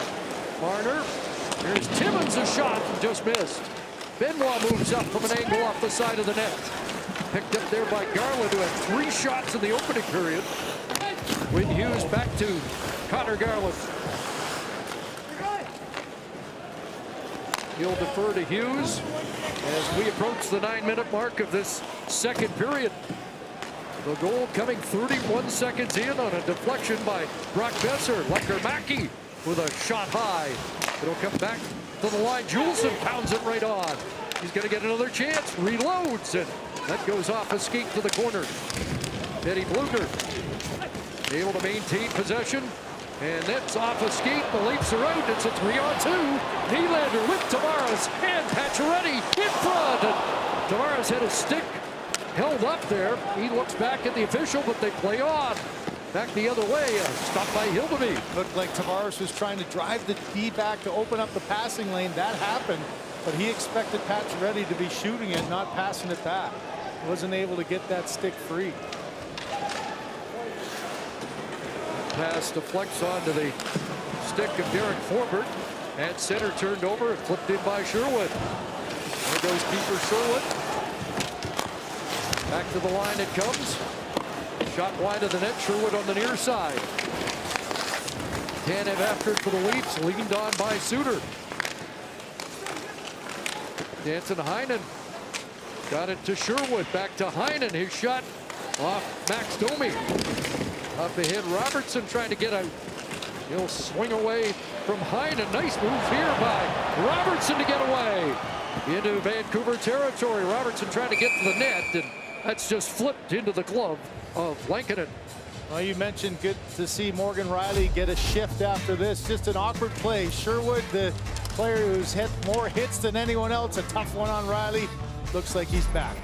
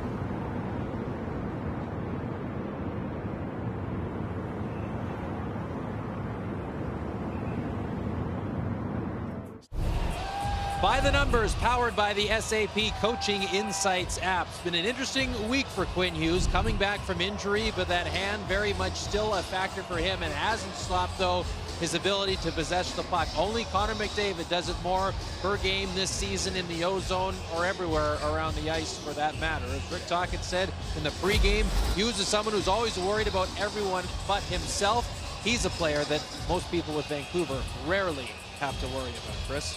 I was going to say, he doesn't have to worry about himself. He's got everything in order. Just played his 200th road game. 4th most points on the road of any defenseman all time. Here's Riley in deep. Puts it in front, and Knies can't get a stick on that. And Vancouver's away. Redlining in for Tyler Myers. Riley back there. Myers plays it to the far side, and Morgan Riley out for Marner with Knies and Matthews. Pass across, looking for Matthews. Broken up there by Pettersson. Now Matthews rink wide. Back onto the stick of Marner. Scoops it in behind the net. Hughes will play it away from Knies. Chopped by Pettersson out to center. DeBrusque unable to catch up to that as Riley was there. DeBrusque sending it back in. There's a shift there. Pettersson made a good defensive play with the stick on a pass across, made a play at the boards. So you're thinking of top line offensively, but when you're going up against the Matthews line, that's a shift you can handle. A defensive zone face-off and twice able to clear it and not allow them to keep the play going offensively. Hughes around for Homelander, a 24-goal scorer last year. Gets it on the tape to Miller. Driving in is Forbort. Nylander there. Forbort back to Miller and around. Griesbaugh on the far side, plays it in behind the Leaf net. Ekman Larsson on the scene. And Pacioretty with the clear, but it's going to come back into the Leaf zone on the icing. Here got a little afterwards. Connor Garland and Pacioretty having a few words. Now here's one of those plays for Pacioretty. You ice the puck, and again you give Rick Tocchet an opportunity with an offensive zone faceoff. Not much happening in this period, and I think if you're the Vancouver Canucks, you got that early goal less than a minute in, and now all of a sudden you just, as Tocchet was saying, a lot of low event hockey. And when you're a team that hasn't been scoring a whole lot and you're on the road and trying to get some traction, this is the kind of game that you want. There's not a whole lot happening, a lot of times where you're spending time in your own zone. An ideal road game so far for Vancouver. Yeah, the onus now for Toronto is to start piling up some lines and shifts together. Get a good offensive zone shift. Put some pressure on. Second period, get them trapped where they maybe ice the puck and then keep that pressure on. And the 4th game in 6 nights in a back-to-back for the Canucks. 0 for 4 in the second half of back-to-back so far. Here comes Dewar, and he can't get by Carson Soucy. Griesbaugh around. Tanev awaits that and holds the zone. Griesbaugh in his 3rd game of the year. Up ahead for Di Giuseppe. He'll roll it in behind the Leaf net and head to the bench on a chain. Timmins a quick up off the stick of Dewar. Hughes gets back for the Canucks. Takes a hit from Dewar. Lorentz arrives on the scene. David Kemp after it. Suter under duress from Lorentz. They get it onto the stick of Hughes. And he'll get it out to center. Here comes Hughes Suter over the line. Suter's shot wide of the target. Trying to tie up Timmins to get it back. Heinen on the puck. Back to the line. Hughes threw that wide of the net. Suter looking for a tip in front. It does bounce in front, and Sherwood looking for Suter backdoor. Here's Hughes at the line. Ends up on the stick of Domi. He gave it away. But Domi able to break up any counterattack by Vancouver there. Yeah, good quick stick. You give the puck away, stopped on a dime, turned around and got a good stick to get it back. Now Max Domi's in, hands it off to Robertson. Robertson across, great pass, Riley, and it's blocked there by Elias Pettersson. A nice play defensively by Pettersson. Now Besser, like he wanted to give it go, and pass in front. Besser unable to redirect that pass from Elias Pettersson. DeBrusk had it knocked off his stick. DeBrusk behind the net, tied up in his skates. Forbort moves up and hit a skate. Now the Leafs break out. Here's McMahon. Had Marner breaking.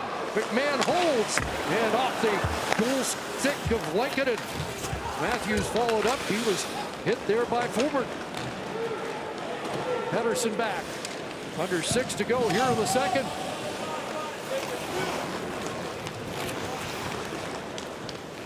Oliver Ekman-Larsson. Left flank, Nyes looking for his first shot of the game. Nyes in behind the net. Matthews followed up. Nyes and Garland to the boards. Garland trying to maintain control off his skates, and those four finally kick loose onto the stick of Marner in front. Tanev was looking for the stick of Nyes. Matthews on it. Hit there and knocked down by Soucy. Matthews sprawled to get it loose, and now Nylander after it on the near side. And a penalty coming up here. JT Miller heading off. Nylander takes the high stick, and they'll take a look. Was there any damage done? Third power play of the game upcoming for the Leafs.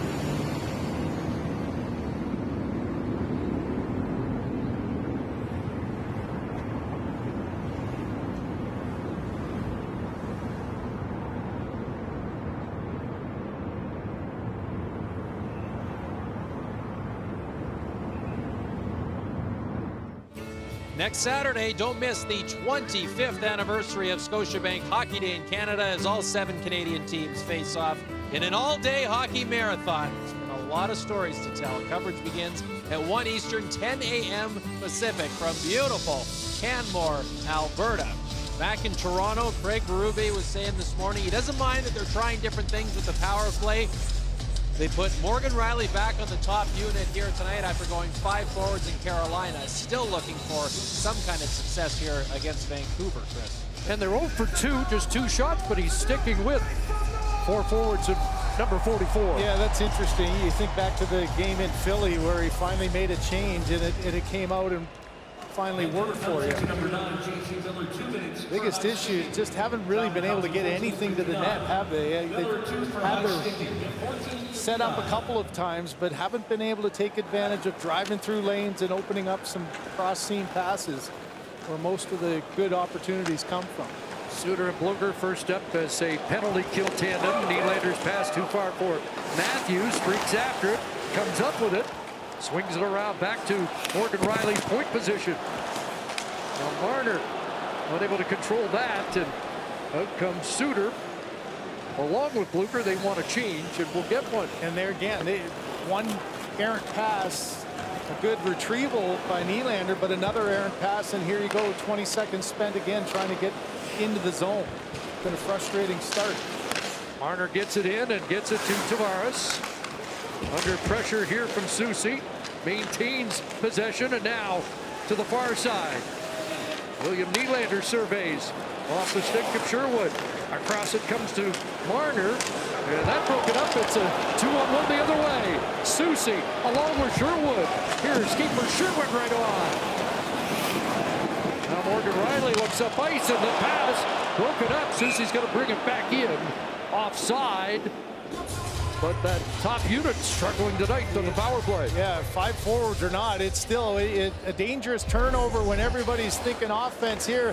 Marner tries to chip it through, but then loses. Everybody's standing still. It's a long way back, and Soucy gives it to Sherwood. I don't think there was any chance of passing across, so Sherwood able to make that quick pass. Now another outlet pass. Soucy takes himself offside. Didn't realize Sherwood hadn't cleared the zone yet.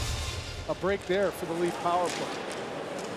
So the second unit comes on, a little more time than usual, just over a half minute for them to try and come up with the equalizer with the power play. It goes to Nick Robertson, shoveled it behind the net. Tyler Myers was there, but doesn't clear. Ekman Larsson back to Domi, tried to center that. Myers, that hit Ekman Larsson, now chipped away, maybe a break.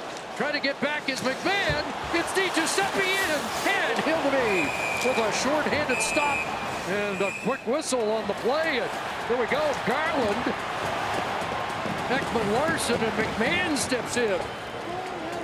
Boy, again, though, just managing the puck in the offensive zone, and another odd man rush going the other way. Good back pressure to make it a difficult task, but for Dennis Hildeby, that's a big play. You know, mistake here. Ekman Larsson standing still. McMahon does a nice job of pressuring. But how about Garland making an excellent play? DiGiuseppe tried to go over the blocker, and the argument at the end was, watch Hildeby made a great save here, but then didn't control it. Went to grab it, and again, it's free. And that's where the Canucks were arguing. And afterwards, now Garland is always in at the puck. He's yelling at the ref, and took one shot from Robertson and gave a couple back. And after that little fracas near the Leaf net, they bring the face-off outside the Toronto line. 7 seconds remaining. You mentioned the Canucks had sort of righted the ship. 3 for 3 in Carolina on the penalty kill, 5 for their last 5, and now 3 for 3 in this game. They've been really aggressive here on the kill. And that's 2 of the 3 penalty kills without a shot for the Maple Leafs tonight. So under 3 to go here in the second period. That Boeser goal at the 31-second mark. Standing up so far. Blanken had played it to the corner. Lorentz on it. Now Dewar. Fencing for the puck. Pettersson back defensively to take it away. He got grabbed there by Kemp, but now Vancouver's going to get their first power play of the night.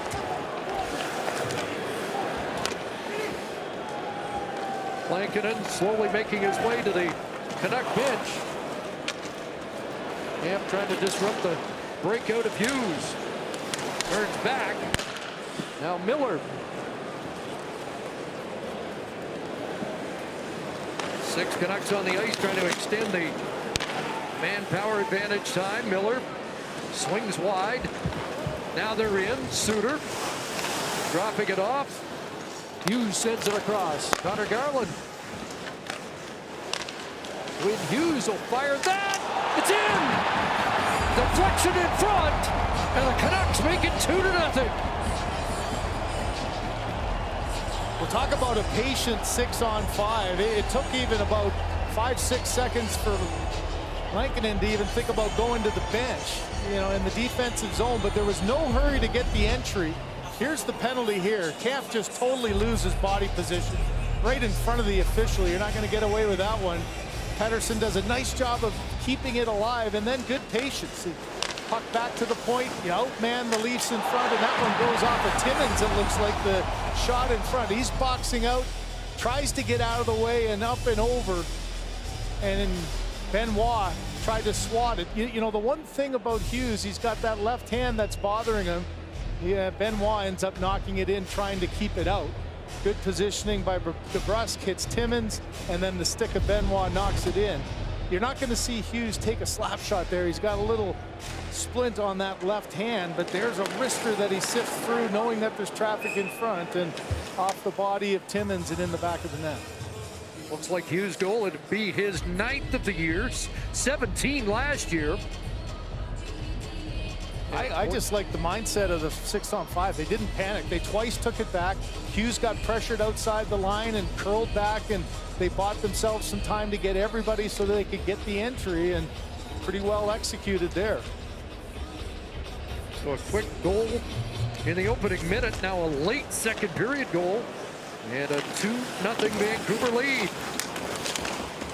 The Leafs have given up 6 goals in a game a couple of times this year, and in their follow-up game, both were losses, and trying to avoid that for the 3rd time here. Long forward scrum, Pedersen and Matthews in the midst of it. It's loose here for Besser, back to Hughes, looking for Pedersen. Now at the line, Myers. That's knocked down by Nyes.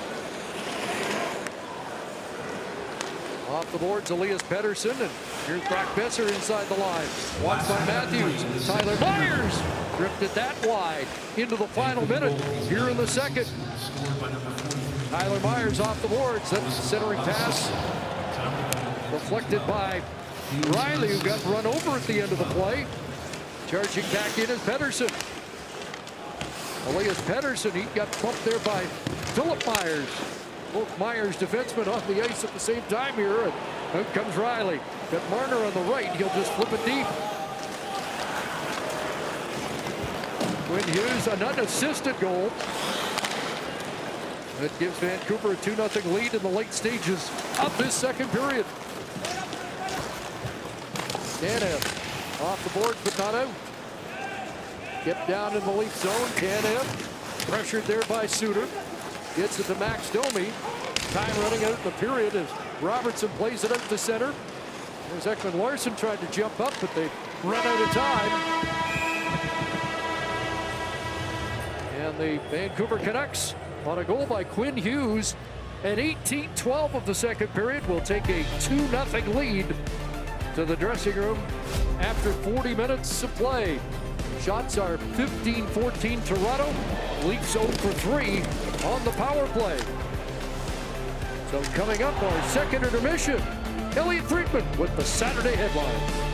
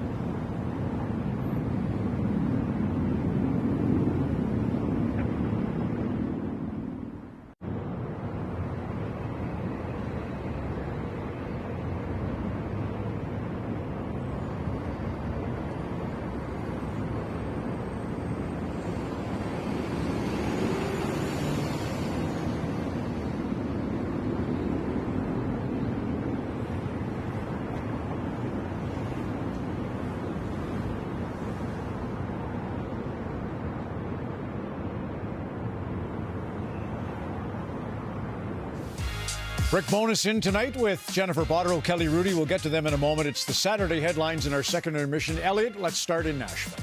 Yes, Ryan O'Reilly, when he signed with the Predators before last season, Ron, he signed a 4-year deal. There was no protection in there, trade or no movement clause, nothing like that. And there's been some speculation this year, and I think the Predators have been called about O'Reilly, and the respect that he has across the league is so high, people want to know if he could be available. And here's what I understand the Predators are telling teams. They are saying he may not have protection language in his contract, but he is being treated as if he has a no-move clause. I think the Predators' preference is to keep him because they want him to win, especially when they start to put the pieces back together at the end of this year. And also, they see him as a leader on and off the ice. However, they are going to at least consider it under 2 conditions. Number 1, the offer has got to be something that really excites them. It really has to be a great offer. And number 2, it has to be something O'Reilly would agree to. And as far as I can tell at this point in time, I don't believe O'Reilly has indicated in any way, shape, or form he is looking to move. So with O'Reilly, it's A, it's something that really has to excite Nashville, and B, it would have to be something that he would be comfortable with if it gets to that point. A couple other things today. Seattle entered the game in Buffalo today, a huge win, 6-2 over the Sabres. They had lost 9 of their past 11. The team's CEO, Todd Leiweke, made a bit of a surprise trip to Buffalo today. He was at the game, and people started to wonder what exactly is up here. His presence was noted. It's not normal for him to be on the road, but he was at that game today as the Kraken rallied from down 2-0 to beat the Sabres 6-2. Vancouver at Toronto, a lot of noise around the Canucks. Basically, the thing I can tell you this week is that one of the things the Canucks have indicated with both Pettersson and Miller is they're not shutting off interest from the Western Conference. Teams from the West who have reached out have not been told no, that they would be unwilling to deal any particular player to any of those destinations. But of course, still unsure of how to handicap, Ron, how this will go. Hey, and just back to Buffalo for a second. You and Kyle, a great chat on 32 Thoughts, the podcast, latest installment on Dylan Cousins. So I highly recommend that. We want to celebrate Al McNeil and commiserate with Los Angeles, Elliot. Yes, so Al McNeil passed away this week at the age of 89, beloved figure in the Flames organization. And one of the things about Al McNeil was up until November, the day after every Flames game, he submitted a handwritten report, a ranking of every player on the roster. And in the top right of your screen was the guide. It was a ranking system from 0 to 2. This is an example of the game in Nashville last year against the Predators. He ranked the players, and then he would rank who the best left winger, center, right winger, and defenseman were. And on this night, Lindholm, Zari, and Sharangovich were his top forwards, and Noah Hanifin was the top defenseman. It was only until November of this past year, Ron, where Al McNeil couldn't do that on a handwritten basis every day. The organization loved him, and for good reason. And you mentioned the Kings, thought it was a great gesture last night by the Jets to wear the fire department decals on their helmet along with the Kings. Obviously, everyone thinking about Southern California, the Kings and their great fans, everybody there. The Kings have set up a link to make sure if you donate, the money goes to the right place. It's at the bottom of your screen. Wishing all the best to the great hockey fans and everybody else in the Los Angeles area. And the LA Kings, of course, at Calgary in 1 hour. Elliot, more on that story as we move through the night. Fellow Maritimer, Rick Bowness. So let's go to Al McNeil. Your thoughts? Well, you know, Al McNeil, we have a long history with our family. When Al, after he won the Stanley Cup, his reward was to go back to Halifax and run the Nova Scotia Voyageurs. But my mother was his secretary for a long time with Al, and a great man by the name of Mike Kelly. The three of them kind of ran that franchise. So I got to know Al a little bit there. But also, during my coaching career, whenever we came into Calgary and he wasn't coaching anymore, he always came down to see me in the morning. And we always talked about hockey. So we had that connection from the Maritimes, which we all know we're all very close. But he always made a point of coming down. But the only time he didn't come down was last year. And that's when I started to worry about his health. But he was a great man, and I learned an awful lot from him. He was a big asset to me in my career. My mom, Lila, first cousin. with Al McNeil. So we're all looking forward to the celebration this summer down in probably in Halifax. We'll be there. Hey, my favorite Al McNeil story is Lanny McDonald gets traded over to Calgary in November 1981, and when he arrives, he has no tape on his blade of his stick. Al said, "You got to put black tape on the blade of your stick, Lanny. It'll camouflage the puck, and trust me, you'll score." Well, he got 34 goals in the final 55 games that year in Calgary in 66. So he scored 100 goals in 130 games thanks to a tip from Al. Unbelievable. Right. God love to the family, Al McNeil. Okay, Quinn Hughes and the Vancouver Canucks. Well, we've talked a lot about him today. One of the things I always preach as a coach is I want to see our defense play the game skating forwards as much as you can.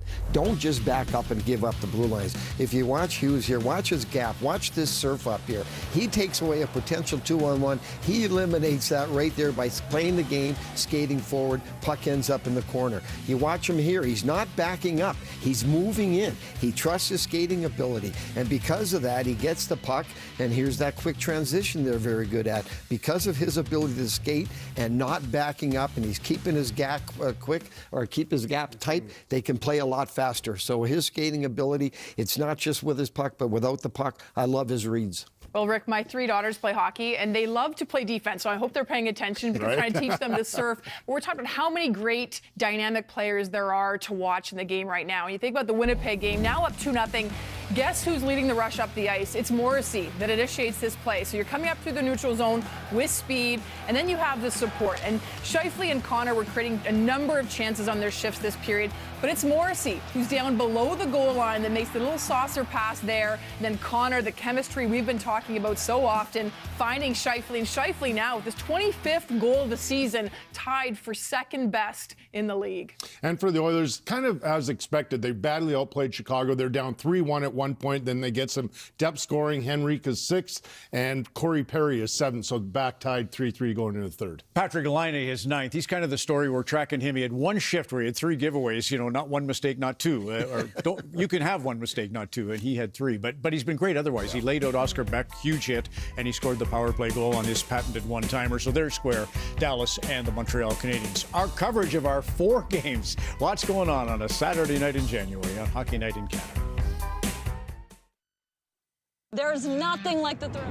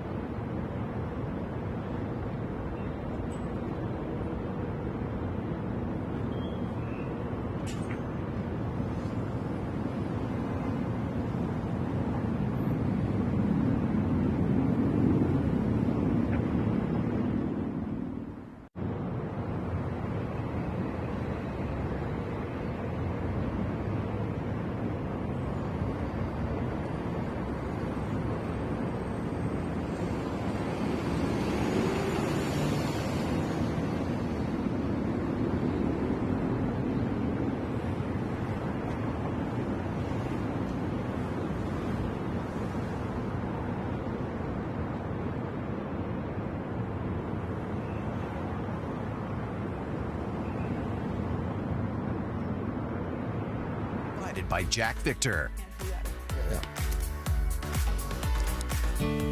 Our annual celebration of hockey, Scotiabank Hockey Day in Canada. Kelly, go ahead. You know somebody at the... Darren Cook, my good buddy from Medicine Hat. Yep. Canmore Golf and Curling Club is where we're going to be situated, and there's the ice. Reed, superintendent at the club, has been making the ice for us. Hopefully we get a blue sky day. It's going to be just an incredible... Chad Brownlee's going to play a concert there on the Wednesday night. We've got an alumni hockey game. Jen, you and I will be... Can't wait. Yeah, line mates on Friday night, and maybe Kevin. Probably a healthy scratch, but we might put him in. Glenn Sather's going to join us. That's all coming up from Canmore next week. Back to the third period of the game you're enjoying on Hockey Night in Canada after the break.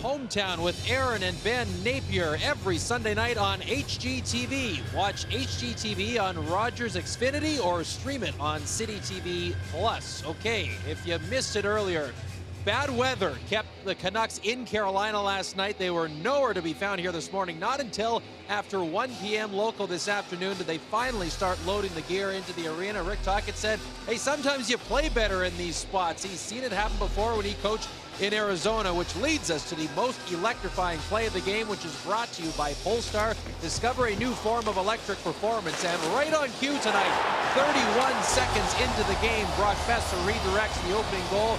The smile there perhaps suggesting it might be one of these nights for the Canucks. It's a league they have not relinquished. They added to it in the second and are 20 minutes away from an unlikely victory here in Toronto, Chris. Those morning skates are overrated. Yeah, they are very, very overrated. But yeah, just a shot of adrenaline 31 seconds in. You mentioned the smile on the face. And for Boeser, his first in 6 games after having a good stretch of 6 goals in the 4 previous. But a period to try to get through and get a couple of days of rest before having to head to Winnipeg for a game on Tuesday.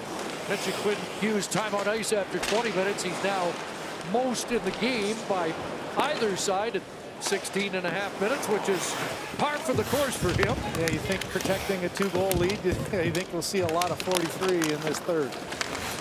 Low a bit, second period. The shots were 6-5 Toronto. That's just the way the road team wants it. A hot shot by Sherwood. Sails over the net, back to Tyler Myers. Tees and fires, and that just missed. It'll come back to Quinn Hughes again. Takes a long look. Drops it into the slot. Scores! Keeper Sherwood. Another opening minute goal for Vancouver. It's 3-0. Well, there's the value of a player like Quinn Hughes. Again, I could tell you as a winger just how difficult it is to pick up your assignment when a defender goes from one side to the other with such fluid motion. Here's Hughes, gets it on the left boards and just calmly takes it across. Now you've got 2 players focused, both Pacioretty and Domi looking at Quinn Hughes, and a smart play here by Sherwood. You get lost in the mail, just get away, get to that opening, and there's a perfect shot up and over the glove, and a really well-read play by Sherwood. You've watched Quinn Hughes, you know how to play off of him. There's a great example of taking advantage of Hughes' skills. So Hughes has a pair of points in the game, up to 47 on the year. 13th goal of the season for Sherwood. And the Leafs will change their lines now as John Tavares centers Matthew Knies and Mitch Marner. It'll come back to Marner. Try to play that to the net. That glanced off a body in front, went wide. Knies goes after it. We saw that at the end a little bit in Carolina. It'll be interesting to see if this is something that stays the entire period, or is it just a one-off shakeup. Far side board battle dug out there by Pettersson. It'll get played back to Forbert on the backhand, up the boards. There's Ekman Larsson there to seal it momentarily. It comes out. And now Jake DeBrusk. Line mates changing as he drops it down into the Leaf zone. So 47 seconds into this third period. Hughes and Myers draw the assists on Sherwood's 13th. And his first in 8.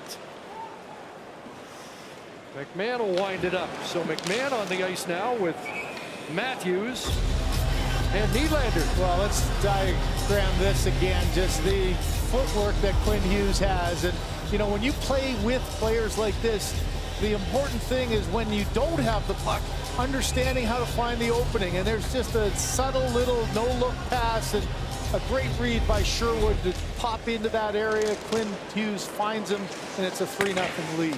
Matthews shot off Myers to the end boards. Played past McMahon, and out comes Garland. Interesting. So McMahon, Nylander, and Matthews here to start. Morgan Riley unable to come up with that. On the far side, it's Hoglander. Shouldered there by Myers. Riley plays it out too far for Nylander. Now McMahon inside the line. David Kamp's come on. Here's Kamp, the 4th line for the Maple Leafs without a shot on goal in the game. Lecker-Mackey hounded there by Kamp. And Hughes will take over. Up ahead it goes. It's Lecker-Mackey dumping it in. Connor Timmins paired here with Ekman Larsson. Lecker-Mackey unable to play that off the inboards. Timmins steers it ahead. Lorentz can't clear. Kept alive by Bluger. Now Lorentz backtracks and Vancouver drops back as they start to change once again. Here's Kamp. Rink wide Ekman Larsson. In with Dewar, but Lorentz was offside. Quinn Hughes 2 more assists tonight. He hit 200 road games this week, and he's in very good company for points through 200 road games among defensemen all time. Yeah, quartet of Norris Trophy winners. That's a pretty darn good graphic to be a part of, and you just know this is really just the beginning of views. And you watch him on the bench, and not really much ever changes from that look there. And I think really part of it is you marvel at how guys have to recover to be able to play the minutes that you do. You get up into that 27, 28 minutes. It's hard at both ends. It's always a top matchup. And that's typically what you'll look like watching Quinn Hughes on the bench. Not much movement. So Domi with Pacioretty and Robertson now in a revamped lineup here in the third period for Craig Berube. Suter sends it inside the line. Riley across. Tanev heads up ice. Tanev hit at center. A pass in the middle. Riley jumped up, but unable to get the shot through to the net on the backhand. Here's Domi back to the attack from long range. Stopped on the short side by Lankinen. Riley back to get it. Past 4 minutes of this third period. Riley gets the red line, sends it in. Pettersson back there. Solid night defensively for Elias Pettersson.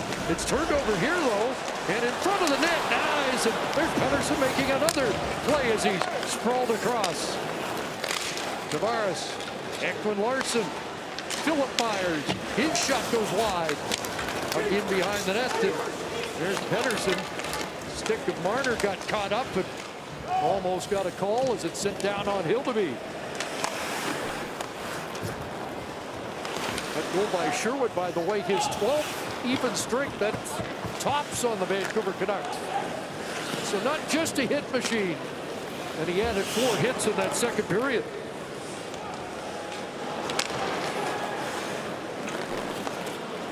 Philip Myers off McMahon deep. Carson Soucy back for Vancouver. Matthews on the forecheck, but played out to center. Here's Garland. Lost it to Nylander. Regroups it for the Leafs and gets it back. Here's Matthews over the line. Drops for McMahon. In, fires. Kicked away by Lankinen. And the rebound goes to Höglander. There's Höglander. Solo mission with Vancouver on a change behind him.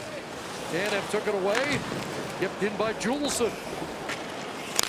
Chris Tanev recounted this morning. Last year he's in Dallas, and Dallas had to fly in day of game against Colorado, and they beat the Avalanche 7-4. So there was one Leaf that wasn't certain it was going to be a big advantage to face a late arriving Canuck team. There's plenty of stories of that kind of adversity just sort of spurring your club and finding a way to get a win out of it. Domi breaking in, and that ramped off a stick and out. Elias Pettersson, he's been under the microscope all year long. This has been a good defensive play again, just shutting down the play for Matthew Knies, not allowing a shot.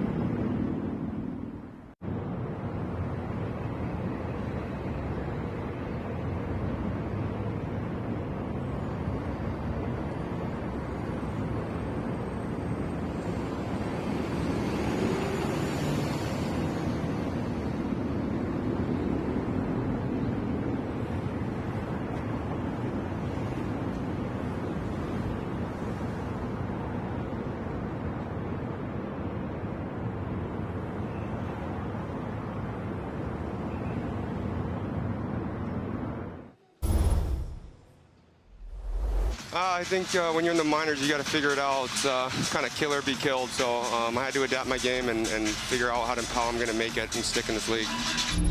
That has been the mindset for Kiefer Sherwood, as we heard on Wednesday Night Hockey, that's propelled him from a long shot that was undrafted to now on pace for over 20 goals. How about the wink after his goal here tonight? Rick Tocchet said Sherwood plays like it's a privilege to be in the NHL, Chris.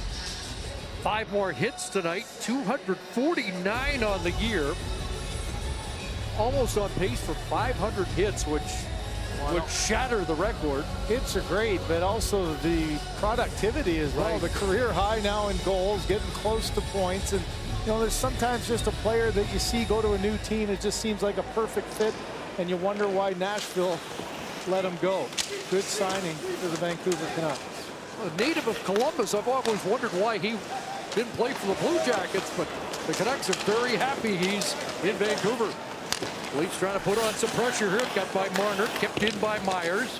In behind the net again, Tavares. Marner dies, and that pass broken up. But another good defensive play by Elias Pettersson.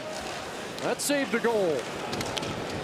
Out at center where Tavares turns, gives it back to Marner.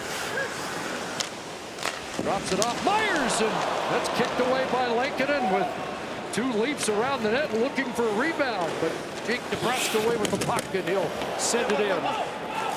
DeBrusk got tagged there at the end of the shift by Philip Myers. Well, if you're ever looking for a shift to follow up, that was one. A couple of grade A chances, another good defensive play by Pettersson. But, you know, when you're on the Leaf bench trying to get back into the game, you've got to be the next lineup has to get that intensity and follow it up with a good offensive shift. That next lineup has Matthews with Nylander and McMahon, who has the puck. Bobby McMahon trying to cut in to the net and crashed into the goal. And play will stop as it was McMahon who tried to get to the net and took it out. I like seeing that aggressive play. Go back to Pettersson again. It just defensively, you can always contribute without scoring goals. There's one that might have taken away a goal from Matthew Knies. Myers, who's got a hard shot, just walks into that one, but a good stick in front by Hughes, and then catch the angle. He, you know, a difficult guy to stop is McMahon. Uses his size and speed, and he's able to separate himself well. And I like that mindset. Didn't get contact with the goaltender, so avoided taking a penalty, but you forced the defenseman to almost knock you into him. And that's one play that is a good aggressive one by number 74. So a face-off in the Vancouver zone. Matthews dueling with JT Miller. Off the draw. Canucks had it. Leafs get it back. Ekman Larsson plays it into the skates in front of the net. And here's Garland working his way out. He'll dump it down into Maple Leaf territory in behind the net. After Höglander. Garland on it. Tried to cycle it back to Höglander, who lost his footing. Dumped back in on a change by Vancouver. Well, much like Kiefer Sherwood, how about Connor Garland? There's another example of just the constant work that he puts in. Starts in the defensive zone, gets the puck deep, and gets a good change. Missing another guy, Dakota Joshua, who played that same way. And a big reason the Canucks were such a handful a year ago. That puck turned over, and trying to get it through was Heinen. Looking for it again. Down low, Sherwood. And Susie plays it back to Sherwood behind the net. Watched there by Riley. A pass across, and Robertson read that play. Here's Domi at center. Domi with 299 career assists. Pacioretty in front. Can't get it through to the net. Hughes Sutter starts back for the Canucks. Bounces it past Myers and in. 9 minutes into the third period. The Canucks have a goal in each period and a 3-goal lead. Tanev sends it in. Tavares after there against Myers, who has a pair of assists in the game. Quinn Hughes a goal and an assist. And back comes Lekkerimäki with Blueger in front. That pass failed to reach DiGiuseppe. Philip Myers takes his man down. And Tavares turns with the puck. Marner gives it back. Across it goes over the line for Philip Myers. His shot misses the mark, but goes to Tavares. Trying to get away from Bluger. In for Nyes. Battling with Myers, coming up with the puck. Here's Nyes trying to center it, and Quinn Hughes denied that. Lekkerimäki off the boards, but not out. Kept in by Tavares. Connor Dewar out on the ice now. He'll play it back to the line. Ekman-Larsson in deep, and David Kampf checks in, but he blows a tire in behind the Vancouver net. Flipped away to center, knocked down there, and the Leafs will head right back in. Bounce wide of the net, Dewar after it. Taken away there by Pettersson. He'll scoop it down into the Leaf zone. Tied up behind the net is Besser, and Camp outlets for Timmins. Up for Dewar. Inside the line, but Camp couldn't catch up to that. Now Besser back with Pettersson, and the late man DeBrusk. His shot knocked down. DeBrusk gets his own rebound. Around the boards, and Camp will play it back to Riley. Out at center. Nylander's come on. McMahon couldn't reach that, and it's dumped back into the Leaf zone. Oh, that's one for Jake DeBrusk. He was coming late. He wanted the puck, just got caught in traffic there. Never really got the shot that he was hoping for through the extra men. Offside at the Vancouver line. The Canucks in charge with 9 minutes remaining here in the third.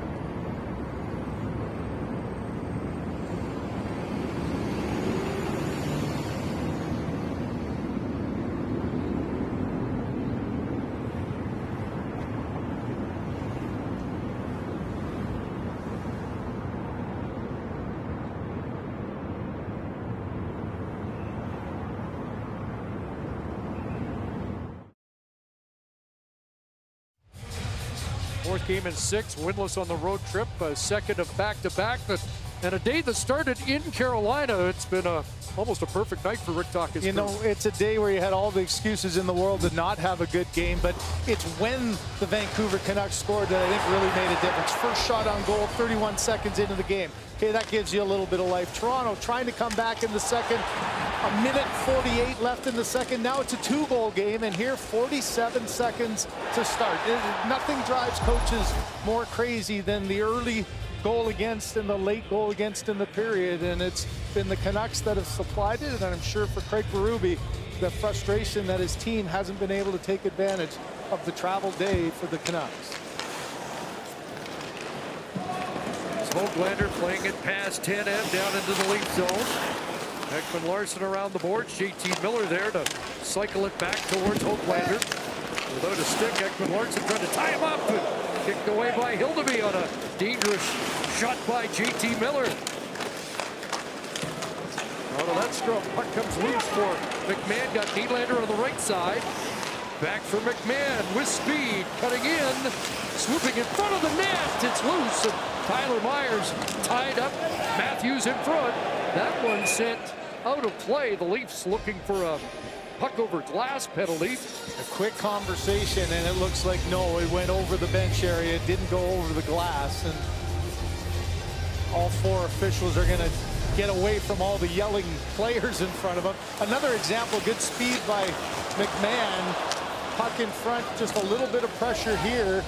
You could see the benches both reacting to that puck from Heinen. Boy, the conversation's still going on, so it wasn't a given. Just a face-off in the offensive zone for the Leafs here. Yep.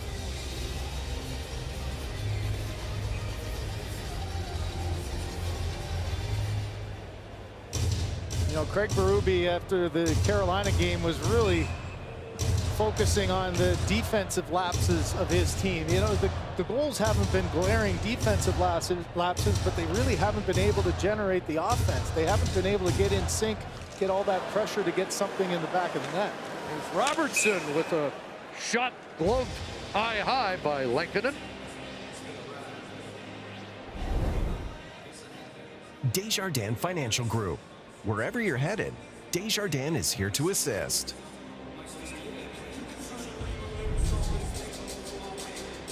Well, you know there's going to be a bench full of Leaf players who want this to be a penalty as it goes by. Doesn't quite go over, but if it had gone over the corner before the Vancouver bench, it could have been deemed a penalty. Instead, it wasn't. Noah Juleson on the backhand. It ricocheted out to center. Besser flips it ahead, and screwing into the ice there was Pettersson. Would have been offside. He'll tag up, and Timmins idles behind the Leaf net under 8 to go. Here comes Robertson back. Took a look to see who was with him. It's Domi. Back for Robertson and Riley. Here's Robertson on this left flank. Looks across. Bill Myers, and he sent it wide. Myers looking for his first goal as a Leaf. Domi tried to center it onto the stick of Hugh Suter. He'll clear. Well, that's twice now Myers has been in that very spot. One time a big slap shot that Lankinen able to make the save. That time tried to pick the corner just a little bit far wide. You know, right now, if you're a defenseman, you take every opportunity you can to jump up and be involved. Robertson trying to buy some time. Let's have a look. Tried to go short side. Oh, he did get a piece of it. That had a chance. Originally watching it, I thought he missed it wide. I think that had a chance of going in. Nice job of Lankinen. That's a tough movement for a goaltender to push your glove down as opposed to lift it up. Philip Myers played sparingly the last couple of years. His last goal was mid-November 2022. Gets by Soucy, racing after it, Knies. And Soucy able to recover. Up off the skate to Hoglander. A lead feed, Knies. Tavares drove the lane. Now it's dropped in behind the net.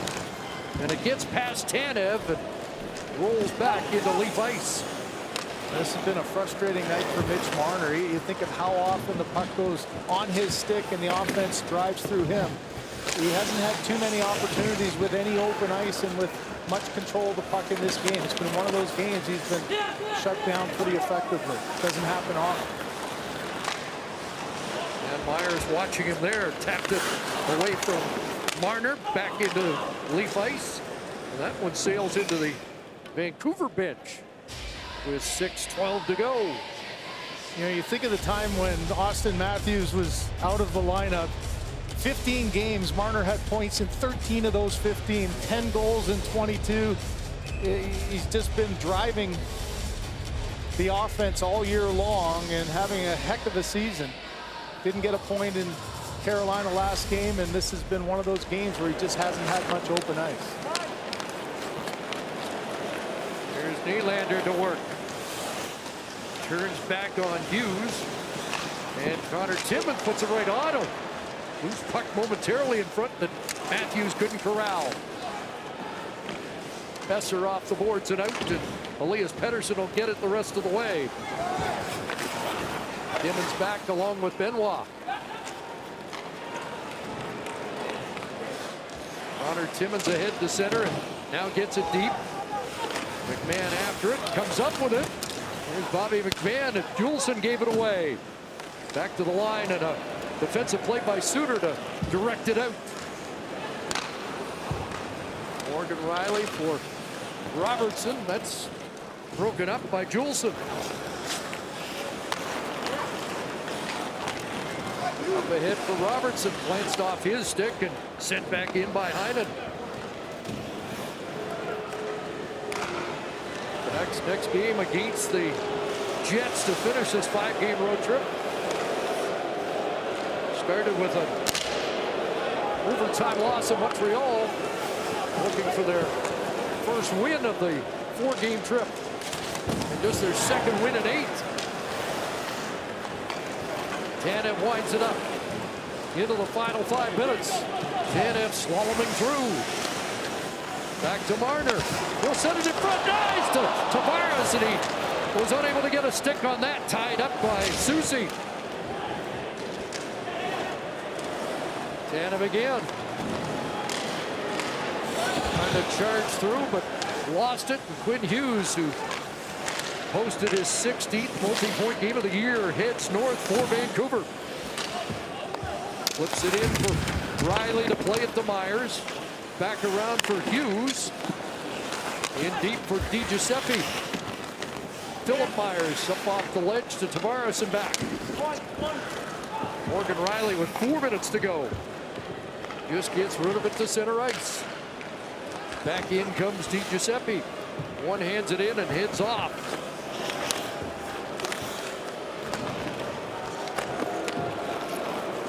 Canucks in position to win their first of a second in back-to-back situations. This their 5th. Here comes DeBrusk. Besser trying to center, had Pettersson in front. McMahon takes a look. Turns back and then tries to duck away from Besser. Matthews across. Timmins steps up. Back for Matthews, but tough to reach. It bounced back towards Timmins and then just steered away by Pettersson, who's been a defensive force tonight. Steven Lorentz will shoot it in. Under 3 to go. And it's rolled back. Not enough for icing. It is against Vancouver. Well, you look at how important the goaltending position is and all the issues with Thatcher Demko. He's only played 8 games for Kevin Lankin, and this is game number 29. And how important has he been for the Vancouver Canucks? Well, the percentage of team wins have gone through him. If he hadn't sort of held this fort in place, the Vancouver Canucks would not be in a position. 15, 7, and 6 coming in, a decent average of 2.6, and he's been a real bright spot for the Canucks this season with all the turmoil around it. You hope that Demko, after playing last night, will get an opportunity, maybe see him in Winnipeg in the last game of the road trip.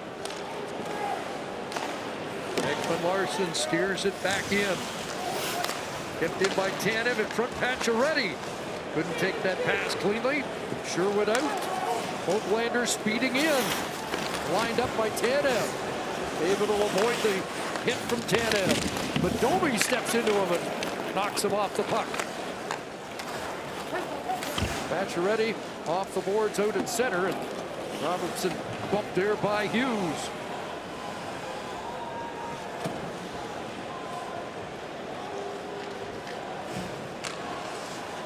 Leafs came into the season with the longest streak without being shut out. That ended right away in game 1 against Montreal. They've been blanked twice so far this season. There's Nyes on the forecheck. Tavares steps in. Dug out by Marner. Riley. That off traffic in front looked like it hit Nyes and went to the boards where Garland neatly plays it to DiGiuseppe. Bluger at center spins it to the Leaf line. Tavares there with 88 seconds remaining in the third. Well, how about this game for Vancouver? You know, a team that's been questioned about all your togetherness, all the riff, the Pettersson and Miller riffs. This is one of those games that can really, as a player, bring yourself, okay, we came together under duress, under a lot of tough circumstance, and you know, Rick Tocchet has been looking for one of those moments to try to build on. Well, this is the opportunity with a heck of a road game under duress. 11 points under last year's total at the midway mark, but this is the way you want to start the second half. And the fans with the Bronx cheer here as Mike Ross tells Scotiabank Arena that we're in the final minute. Timmins up ahead, that bounced off Dewar. And Craig Berube's got the fourth line out here with 30 seconds to go.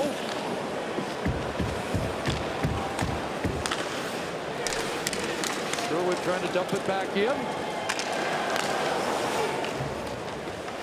Here's Sherwood, whose goal in the third period early really was able to cement this one. And Kevin Lankinen's poised to post his fourth shutout of the season. His 7th career shutout. Kevin Lankinen tonight. And Vancouver comes into Toronto and wins it 3-0. Quinn Hughes a goal and an assist and a big Canuck win here tonight. We'll have more right after this.